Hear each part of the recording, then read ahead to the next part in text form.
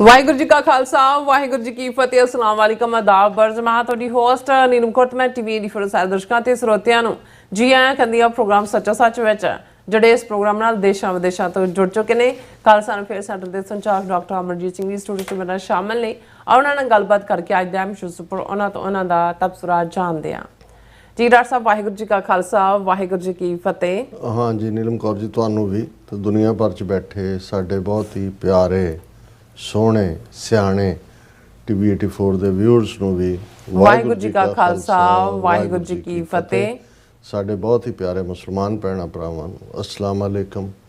ਗੰਗਾ ਜਮਨੀ ਤਹਿਜ਼ੀਬ ਦੇ ਹਿੰਦੂ ਤਵੀਆਂ ਨੂੰ ਨਮੋ ਨਮੇ ਤੇ ਬਾਕੀ ਸਭ ਵੀਰਾਂ ਭੈਣਾਂ ਨੂੰ ਅਦਾਬਰਸ। ਜੀ ਡਾਕਟਰ ਸਾਹਿਬ ਜੀ ਆਨੂੰ ਪ੍ਰੋਗਰਾਮ ਸੱਚਾ ਸੱਚ ਵਿੱਚ ਬਹੁਤ ਧੰਨਵਾਦ ਜੀ ਡਾਕਟਰ ਸਾਹਿਬ। ਅੱਜ 30 ਜੁਲਾਈ 2025 15 ਸਾਵਨ ਨਾਨਕਸ਼ਾਹੀ ਸੰਮਤ 557 ਦਾ ਦਿਨ ਹੈ ਤੇ ਡਾਕਟਰ ਸਾਹਿਬ ਪ੍ਰੋਗਰਾਮ ਸ਼ੁਰੂ ਕਰਨ ਤੋਂ ਪਹਿਲਾਂ ਅੱਜ ਦਰਸ਼ਕਾਂ ਤੇ ਸਰੋਤਿਆਂ ਨੂੰ ਹਮੇਸ਼ਾ ਤਰ੍ਹਾਂ ਦੱਸਦੇ ਵਿਊਅਰਸ ਜੇ ਤੁਸੀਂ ਹੱਕ ਸੱਚ ਇਨਸਾਫ ਤੇ ਪੈਰਾ ਦਿੰਦਾ ਇੱਕੋ ਇੱਕ ਚੈਨਲ ਟੀਵੀ 84 ਨੂੰ ਦੇਖਣਾ ਚਾਹੁੰਦੇ ਹੋ ਤਾਂ ਤੁਸੀਂ ਦੇਖ ਸਕਦੇ ਸਪੈਕਟਰਮ ਕੇਬਲ ਆਰਸੀਨ ਕੇਬਲ ਪੈਲਟਨ ਕੈਨੇਡਾ ਰੋਕੂ ਜਾਦੂ ਬਾਕਸ ਸ਼ਾਵਾ ਫੇਸਬੁੱਕ ਟੀਵੀ 84 ਦੀ ਐਪ ਰਾਹੀਂ online streaming and IP box ਤੇ ਤੁਸੀਂ ਟੀਵੀ 84 ਨੂੰ ਦੇਖ ਸਕਦੇ ਹੋ। ਵਿਊਅਰਸ ਜੇ ਤੁਸੀਂ ਟੀਵੀ 84 ਨਾਲ ਜਾਂ ਪ੍ਰੋਗਰਾਮ ਸੱਚੋ ਸੱਚ ਨਾਲ ਫੇਸਬੁੱਕ ਰਾਹੀਂ ਜੁੜੇ ਤਾਂ ਇਸ ਨੂੰ ਵੱਧ ਲਾਈਕ ਕਰੋ ਤੇ ਸ਼ੇਅਰ ਕਰੋ ਅਤੇ ਨਾਲ ਹੀ YouTube ਤੇ ਸਬਸਕ੍ਰਾਈਬ ਵੀ ਕਰੋ। ਇਹ ਵੀ ਦੱਸ ਦਿਓ ਕਿ ਤੁਸੀਂ ਟੀਵੀ 84 ਦੀ ਐਪ ਨੂੰ ਐਂਡਰੋਇਡ ਐਂਡ ਐਪ ਸਟੋਰ ਤੇ ਡਾਊਨਲੋਡ ਕਰਕੇ ਜੋ ਟੀਵੀ 84 ਦੀ ਲਾਈਵ ਸਟ੍ਰੀਮ ਹੈ ਇਸ ਨੂੰ ਤੁਸੀਂ 24 ਆਵਰਸ ਦੇਖ ਸਕਦੇ ਹੋ। ਸੋ ਵਿਊਅਰਸ ਪ੍ਰੋਗਰਾਮ ਦੀ ਸ਼ੁਰੂਆਤ ਕਰਨ ਜਾ ਰਹੇ ਹਾਂ ਅੱਜ ਦੀ ਸਪਾਂਸਰਸ਼ਿਪ ਦੇ ਵਾਲੇ ਨਾਲ ਕਿ ਅੱਜ ਦੇ ਪ੍ਰੋਗਰਾਮ ਸੱਚੋ ਸੱਚ ਨੂੰ ਸਪਾਂਸਰ ਕੀਤਾ ਗਿਆ ਹੈ ਸਿਐਟਲ ਵਾਸ਼ਿੰਗਟਨ ਸਟੇਟ ਤੋਂ ਸਰਦਾਰ ਕੁਲਬੀਰ ਸਿੰਘ ਸੇਖੋਂ ਜੀ ਅਤੇ ਗੁਰਵਿੰਦਰ ਸਿੰਘ ਗਰੇਵਾਲ ਜੀ ਵੱਲੋਂ। ਸੋ ਇਹਨਾਂ ਨੇ ਸਿੱਖ ਕੌਮ ਦੀ ਚੜ੍ਹਦੀ ਕਲਾ ਤੇ ਖਾਲਸਤਾਨ ਦੀ ਪ੍ਰਾਪਤੀ ਦੀ ਅਰਦਾਸ ਕੀਤੀ ਹੈ ਔਰ ਟੀਵੀ 84 ਦੀ ਮਾਈਕ ਸਹਾਇਤਾ ਕਰਨ ਲਈ ਕਿਹਾ ਹੈ। ਸੋ ਅੱਜ ਦੀ ਸਪਾਂਸਰਸ਼ਿਪ ਲਈ ਅਸੀਂ ਇਹਨਾਂ ਦੋਨਾਂ ਵੀਰਾਂ ਦਾ ਤਹਿ ਦਿਲ ਤੋਂ ਧੰਨਵਾਦ ਕਰਦੇ ਹਾਂ। ਤੁਹਾਨੂੰ ਵੀ ਅਪੀਲ ਤੇ ਬੇਨਤੀ ਕਰਦੇ ਹਾਂ ਕਿ ਤੁਸੀਂ ਪ੍ਰੋਗਰਾਮ ਸੱਚੋ ਸੱਚ ਨੂੰ ਵੱਧ ਤੋਂ ਵੱਧ ਸਪਾਂਸਰ ਕਰੋ। ਸਪਾਂਸਰਸ਼ਿਪ ਲਈ ਤੁਸੀਂ ਸਾਨੂੰ ਕਾਲ ਕਰ ਸਕਦੇ ਸਾਡੇ ਫੋਨ ਨੰਬਰ ਤੇ 5166191984 ਸੇਮ ਨੰਬਰ ਤੇ WhatsApp ਕਰ ਸਕਦੇ ਹੋ। ਤੁਸੀਂ ਸਾਨੂੰ ਈਮੇਲ ਵੀ ਕਰ ਸਕਦੇ ਹੋ info@tv84.tv ਤੇ। ਸੋ ਵੀਅਰਸ ਪਹਿਲੇ ਸੈਗਮੈਂਟ ਦੇ ਵਿੱਚ ਆਪਾਂ ਗੱਲਬਾਤ ਕਰਨ ਜਾ ਰਹੇ ਹਾਂ ਟੈਰਿਫ ਦੇ ਹਵਾਲੇ ਨਾਲ ਕਿ ਜਿਸ ਤਰ੍ਹਾਂ ਕਿ ਅਮਰੀਕਾ ਦੇ ਪ੍ਰੈਜ਼ੀਡੈਂਟ ਟਰੰਪ ਨੇ ਅੱਜ ਭਾਰਤ ਨੂੰ ਝਟਕਾ ਦਿੰਦਿਆਂ ਬੇਹੋਸ਼ੀ ਦੀ ਹਾਲਤ ਵਿੱਚ ਪਹੁੰਚਾ ਦਿੱਤਾ ਹੈ ਔਰ ਆਪਣੇ ਸੋਸ਼ਲ ਮੀਡੀਆ ਅਕਾਊਂਟ ਤੇ ਟਰੰਪ ਨੇ ਲਿਖਿਆ ਹੈ ਕਿ ਭਾਰਤ ਦੇ ਉੱਪਰ ਅਮਰੀਕਾ ਵੱਲੋਂ 25% ਟੈਰਿਫ ਠੋਕਿਆ ਜਾਵੇਗਾ ਔਰ ਇਸ ਦੇ ਨਾਲ ਹੀ ਰੂਸ ਤੋਂ ਤੇਲ ਅਤੇ ਹਥਿਆਰ ਖਰੀਦਣ ਕਰਕੇ ਭਾਰਤ ਤੇ ਵਾਧੂ ਜੁਰਮਾਨਾ ਵੀ ਪਾਇਆ ਜਾਵੇਗਾ। ਸੋ ਇਸ ਬਾਰੇ ਆਪਾਂ ਗੱਲਬਾਤ ਕਰਨ ਜਾ ਰਹੇ ਹਾਂ। ਸੋ ਅਸੀਂ ਚਾਹਾਂਗੇ ਕਿ ਤੁਸੀਂ ਇਸੇ ਤਰ੍ਹਾਂ ਬਣੇ ਰਹਿਣਾ ਦੇਖਣ ਸੁਣਨ ਲਈ ਤੁਹਾਡਾ ਸਭ ਦਾ ਬਹੁਤ ਧੰਨਵਾਦ। ਜੀ ਡਾਕਟਰ ਸਾਹਿਬ ਕੀ ਵਿਚਾਰਾਂ ਨੇ? ਸਭ ਤੋਂ ਪਹਿਲਾਂ ਤਾਂ ਅੱਜ ਦੇ ਪ੍ਰੋਗਰਾਮ ਨੂੰ ਸਪਾਂਸਰ ਕਰਨ ਲਈ ਅਸੀਂ ਸੀਐਟਲ ਵਾਸ਼ਿੰਗਟਨ ਸਟੇਟ ਤੋਂ ਆਪਣੇ ਵੀਰ ਕੁਲਬੀਰ ਸਿੰਘ ਸੇਖੋਂ ਤੇ ਗੁਰਿੰਦਰ ਸਿੰਘ ਗਰੇਵਾਲ ਉਹਨਾਂ ਦਾ ਸ਼ੁਕਰੀਆ ਅਦਾ ਕਰਦੇ ਹਾਂ। ਇਹ ਵੀਰ ਲੰਬੇ ਸਮੇਂ ਤੋਂ ਇਹਨਾਂ ਦਾ ਆਪਣਾ ਪਰਿਵਾਰਕ ਪਿਛੋਕੜ ਵੀ ਸੰਘਰਸ਼ ਦੇ ਨਾਲ ਜੁੜਿਆ ਹੋਇਆ ਹੈ। ਵੱਡੀ ਦੇਣ ਹੈ ਸੰਘਰਸ਼ ਦੇ ਵਿੱਚ ਔਰ ਸਾਡੇ ਵੀਰ ਕਮਲਜੀਤ ਸਿੰਘ ਪੰਜਾਬ ਗਾਰਡੀਅਨ ਉਹਨਾਂ ਦੇ ਨਾਲ ਇਹ ਬਹੁਤ ਹਿੱਤ ਪਿਆਰ ਕਰਦੇ ਨੇ ਔਰ ਹਮੇਸ਼ਾ ਹੀ ਜਦੋਂ ਸਾਡੀ ਸੀਐਟਲ ਆਮਦ ਹੁੰਦੀ ਹੈ ਮੁਲਾਕਾਤ ਵੀ ਹੁੰਦੀ ਹੈ ਜੇ ਨਾ ਵੀ ਹੋਣ ਫਿਰ ਵੀ ਇਹਨਾਂ ਨੂੰ ਸੇਵਾ ਦਾ ਚਾਅ ਹੁੰਦਾ। ਸੋ ਅਸੀਂ ਸਮੂਹਕ ਤੌਰ ਦੇ ਉੱਤੇ ਜਿੱਥੇ ਸਿੱਖ ਸੰਗਤਾਂ ਦੇ ਸ਼ੁਕਰਗੁਜ਼ਾਰ ਹੈ ਕਿ ਉਹਨਾਂ ਨੇ ਇਹਨਾਂ 13 ਸਾਲਾਂ 'ਚ ਟੀਵੀ 84 ਦੀਆਂ ਸੇਵਾਵਾਂ ਨੂੰ ਰੈਕਗਨਾਈਜ਼ ਕੀਤਾ ਹੈ ਔਰ ਉਹਨਾਂ ਦੀ ਮਦਦ ਦੇ ਨਾਲ ਹੀ ਜਿਹੜਾ ਇਹ ਸੰਭਵ ਹੋ ਸਕਿਆ ਕਿ ਅਸੀਂ ਇਸ ਪ੍ਰੋਜੈਕਟ ਨੂੰ ਇੱਥੇ ਤੱਕ ਲੈ ਕੇ ਆਏ। ਹੁਣ ਖੁਸ਼ੀ ਦੀ ਗੱਲ ਹੈ ਕਿ ਦੂਸਰੇ ਚੈਨਲ ਵੀ ਜਿਹੜੇ ਪੰਥ ਪ੍ਰਸਤ ਔਰ ਖਾਲਿਸਤਾਨ ਦੀ ਆਵਾਜ਼ ਦੇ ਮੁਦਈ ਨੇ ਉਹ ਪਿਛਲੇ ਵਰ੍ਹਿਆਂ ਦੇ ਵਿੱਚ ਸਾਹਮਣੇ ਆਏ ਨੇ। ਪਰ ਜਦੋਂ 13 ਵਰ੍ਹੇ ਪਹਿਲਾਂ ਟੀਵੀ 84 ਦੀ ਸ਼ੁਰੂਆਤ ਹੋਈ ਤੇ ਕੋਈ ਵੀ ਇਸ ਲੈਵਲ ਦੇ ਉੱਤੇ ਖਾਲਿਸਤਾਨ ਦੇ ਕਾਜ਼ ਨੂੰ ਸਮਰਪਿਤ ਕੋਈ ਚੈਨਲ ਨਹੀਂ ਸੀ। ਬਿਲਕੁਲ ਬੇਸ਼ੱਕ ਯੂਕੇ ਦੇ ਵਿੱਚ ਅਕਾਲ ਚੈਨਲ ਔਰ ਪੰਜਾਬੀ ਚੈਨਲ ਔਰ ਹੋਰ ਕਿੰਨਾ ਹੀ ਔਰ ਜੇ ਤੁਸੀਂ ਅੱਜ ਆਈਪੀ ਬਾਕਸ ਤੇ ਦੇਖੋ ਤਾਂ 400 ਚੈਨਲ ਇਕੱਲੇ ਪੰਜਾਬੀ ਮਾਂ ਬੋਲੀ ਦੀ ਸੇਵਾ ਦੇ ਨਾਂ ਥੱਲੇ ਨੇ।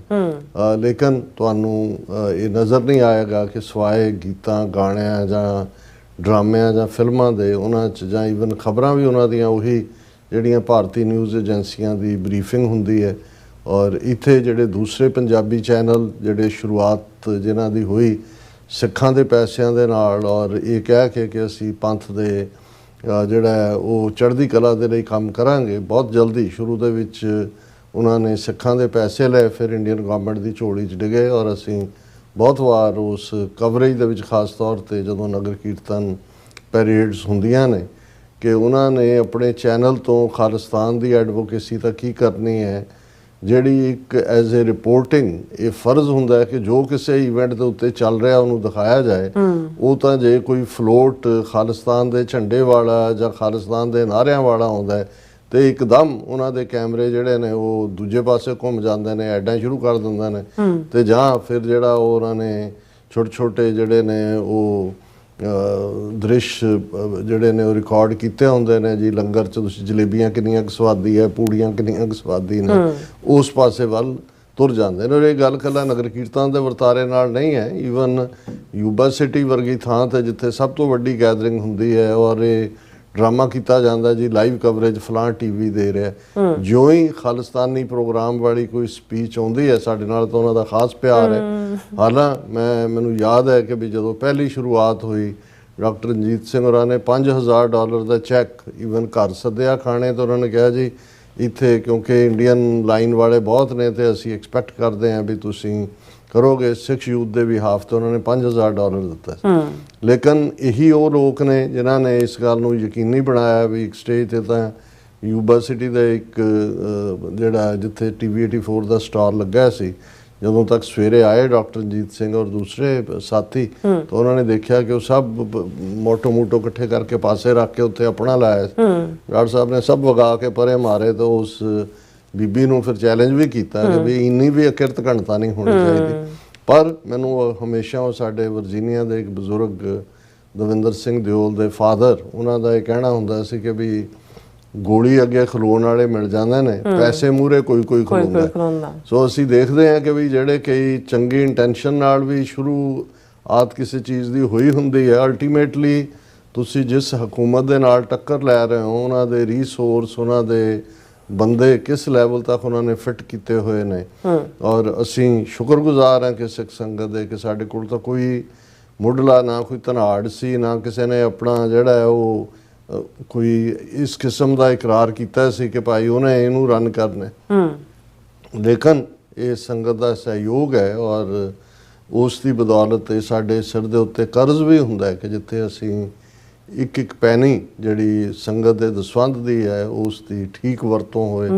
ਔਰ ਅਸੀਂ ਇਸ ਗੱਲ ਨੂੰ ਵੀ ਐਪਰੀਸ਼ੀਏਟ ਕਰਦੇ ਹਾਂ ਕਿ ਸਾਡੀ ਡੈਡੀਕੇਟਿਡ ਟੀਮ ਜਿਹੜੀ 14-15 ਬੰਦਿਆਂ ਦੀ ਟੀਮ ਹੈ, ਪੰਜਾਬ ਦੇ ਵਿੱਚ ਵੀ, ਇੱਧਰ ਵੀ, ਕੈਨੇਡਾ 'ਚ ਵੀ ਔਰ ਵਿਦਨ ਸਟੂਡੀਓ ਵੀ, ਕਿ ਉਹਨਾਂ ਦੇ ਅੰਦਰ ਵੀ ਪੰਥਕ ਭਾਵਨਾ ਹੈ। ਨਹੀਂ ਤਾਂ ਨਾ ਤਾਂ ਅਸੀਂ ਫਾਈਨੈਂਸ਼ੀਅਲੀ ਕੋਈ ਬਹੁਤਾ ਕਰਨ ਦੇ ਸਮਰੱਥ ਹੈ ਔਰ ਕਈ ਵਾਰ ਬਿਲਕੁਲ ਅਨਸਰਟਨਟੀ ਹੁੰਦੀ ਹੈ ਕਈ ਚੀਜ਼ਾਂ, ਲੇਕਿਨ ਇਹ ਉਹਨਾਂ ਸਾਰਿਆਂ ਦੇ ਔਰ ਮੈਂ ਸਭ ਨੂੰ ਇਹ ਦਾਤ ਵੀ ਦਿੰਦਾ ਹੈ ਕਿ ਤੁਹਾਡੀ ਡੈਡੀਕੇਸ਼ਨ ਨੇ ਵੀ ਮੈਨੂੰ ਇਹ ਹੌਸਲਾ ਦਿੱਤਾ ਹੈ ਔਰ TV84 ਦੇ ਬੋਰਡ ਆਫ ਡਾਇਰੈਕਟਰਸ ਨੂੰ ਵੀ ਕਿ ਅਸੀਂ ਇਸ ਪਾਰਟ ਨੂੰ ਅੱਗੇ ਤੋਰ ਰਹੇ ਹਾਂ। ਸੁਖਬੀਰ ਕੁਲਬੀਰ ਸਿੰਘ ਸੇਖੋਂ, ਗੁਰਿੰਦਰ ਸਿੰਘ ਗਰੇਵਾਲ ਹੋਰਾਂ ਦਾ ਬਹੁਤ ਬਹੁਤ ਸ਼ੁਕਰੀਆ। ਅਸੀਂ ਇਹ ਵੀ ਦੱਸਦੇ ਹੀ ਹੈ ਕਿ ਪਿਛਲੇ ਦਿਨਾਂ 'ਚ ਜਿਵੇਂ ਅਸੀਂ ਦੱਸਿਆ ਸੀ ਕਿ ਭੈਣ ਜੀ ਗੁਰਜੀਤ ਕੌਰ ਸਿੰਘਣੀ, ਭਾਈ ਬਲਜਿੰਦਰ ਸਿੰਘ ਗੁਰੂ ਚਰਨਾਂ 'ਚ ਜਾ ਨਵਾਜੇ ਸਨ ਔਰ ਉਹਨਾਂ ਦੇ ਅੰਤਮ ਸੰਸਕਾਰ ਔਰ ਅੰਤਮ ਅਰਦਾਸ ਦਾ ਪ੍ਰੋਗਰਾਮ ਫਾਈਨਲ ਹੋਇਆ। ਇਸ ਤੋਂ ਪਹਿਲਾਂ ਸੈਚਰਡੇ ਵੱਲ ਫੋਕਸ ਹੋ ਰਿਹਾ ਸੀ, ਪਰ ਉਹਨਾਂ ਨੇ ਕੁਝ ਪਰਿਵਾਰਕ ਜੀ ਜਿਹਨਾਂ ਦੀ ਪੰਜਾਬ ਤੋਂ ਇੰਤਜ਼ਾਰ ਹੈ ਉਹਨਾਂ ਦੇ ਆਮਦ ਨੂੰ ਲੈ ਕੇ ਥੋੜ੍ਹਾ ਡਿਲੇ ਕੀਤਾ ਔਰ ਅੱਜ ਜਿਹੜੀ ਸਾਨੂੰ ਲੇਟੈਸਟ ਜਾਣਕਾਰੀ ਵੀਰ ਬਲਜਿੰਦਰ ਸਿੰਘ ਹੋਰਾਂ ਨੇ ਭੇਜੀ ਹੈ ਉਸ ਦੇ ਮੁਤਾਬਕ ਭੈਣ ਜੀ ਗੁਰਜੀਤ ਕੌਰ ਹੋਰਾਂ ਦਾ ਅੰਤਮ ਸੰਸਕਾਰ ਜਿਹੜਾ ਹੈ ਉਹ 5 ਅਗਸਤ ਨੂੰ ਜਿਹੜਾ ਟਿਊਜ਼ਡੇ ਹੈ, ਮੰਗਲਵਾਰ ਹੈ, ਹੋਏਗਾ। ਉਹਦੇ 'ਚ 2 ਡਿਫਰੈਂਟ ਫਿਊਨਰਲ ਹੋਮਸ ਨੇ ਕਿਉਂਕਿ ਇੱਥੇ ਵੀ ਕੁਛ ਐਸੇ ਨੇ ਜਿਨ੍ਹਾਂ ਦੇ ਵਿੱਚ ਬਹਿਣ ਦੀ ਥਾਂ ਘੱਟ ਹੁੰਦੀ ਹੈ ਤੇ ਕ੍ਰੀਮੇਟੋਰੀਅਮ ਜਿੱਥੇ ਅਗਨ ਭੇਟ ਕੀਤਾ ਜਾਣਾ ਹੁੰਦਾ ਉਹ ਡਿਫਰੈਂਟ ਥਾਂ ਤੇ ਹੁੰਦਾ। ਸੋ ਇੱਥੇ ਵੀ ਜਿਹੜੀਆਂ ਫਿਊਨਰਲ ਸਰਵਿਸਿਜ਼ ਨੇ, ਅੰਤਮ ਦਰਸ਼ਨ 10 ਤੋਂ 12 ਵਜੇ ਤੱਕ ਹੈ। ਇਹ ਲਿਹੀ ਮੈਕਡੋਨਲ ਫਿਊਨਰਲ ਹੋਮ ਹੈ, 11102 ਐਟਲਾਂਟਿਕ ਐਵਨਿਊ ਦੇ ਉੱਤੇ, ਸਾਊਥ ਰਿਚਮੰਡ ਹਿੱਲ, ਨਿਊਯਾਰਕ। ਇਹ ਜਿਹੜਾ ਹੈ 10 ਤੋਂ 12 ਵਜੇ ਤੱਕ ਉਹਨਾਂ ਦੇ ਪਾਰਥਿਵ ਸਰੀਰ ਨੂੰ ਜਿਹੜਾ ਹੈ ਉਹ ਅੰਤਮ ਦਰਸ਼ਨਾਂ ਦੇ ਲਈ ਰੱਖਿਆ ਜਾਏਗਾ ਔਰ ਫਿਰ ਉਹਨਾਂ ਦਾ ਜਿਹੜਾ ਅੰਤਮ ਸੰਸਕਾਰ ਹੈ, ਕ੍ਰੀਮੇਸ਼ਨ ਹੈ, ਉਹ 1 ਵਜੇ ਸੇਂਟ ਮਾਈਕਲ ਸੈਮੇਟਰੀ ਜਿਹੜੀ 7202 ਐਸਟੋਰੀਆ ਬੁਲੇਵਾਰਡ, ਸਾਊਥ ਈਸਟ ਐਲਮਹਰਸਟ, ਨਿਊਯਾਰਕ 11370 ਤੇ ਹੈ, ਉੱਥੇ ਉਹਨਾਂ ਦਾ ਜਿਹੜਾ ਅੰਤਮ ਸੰਸਕਾਰ ਹੋਏਗਾ।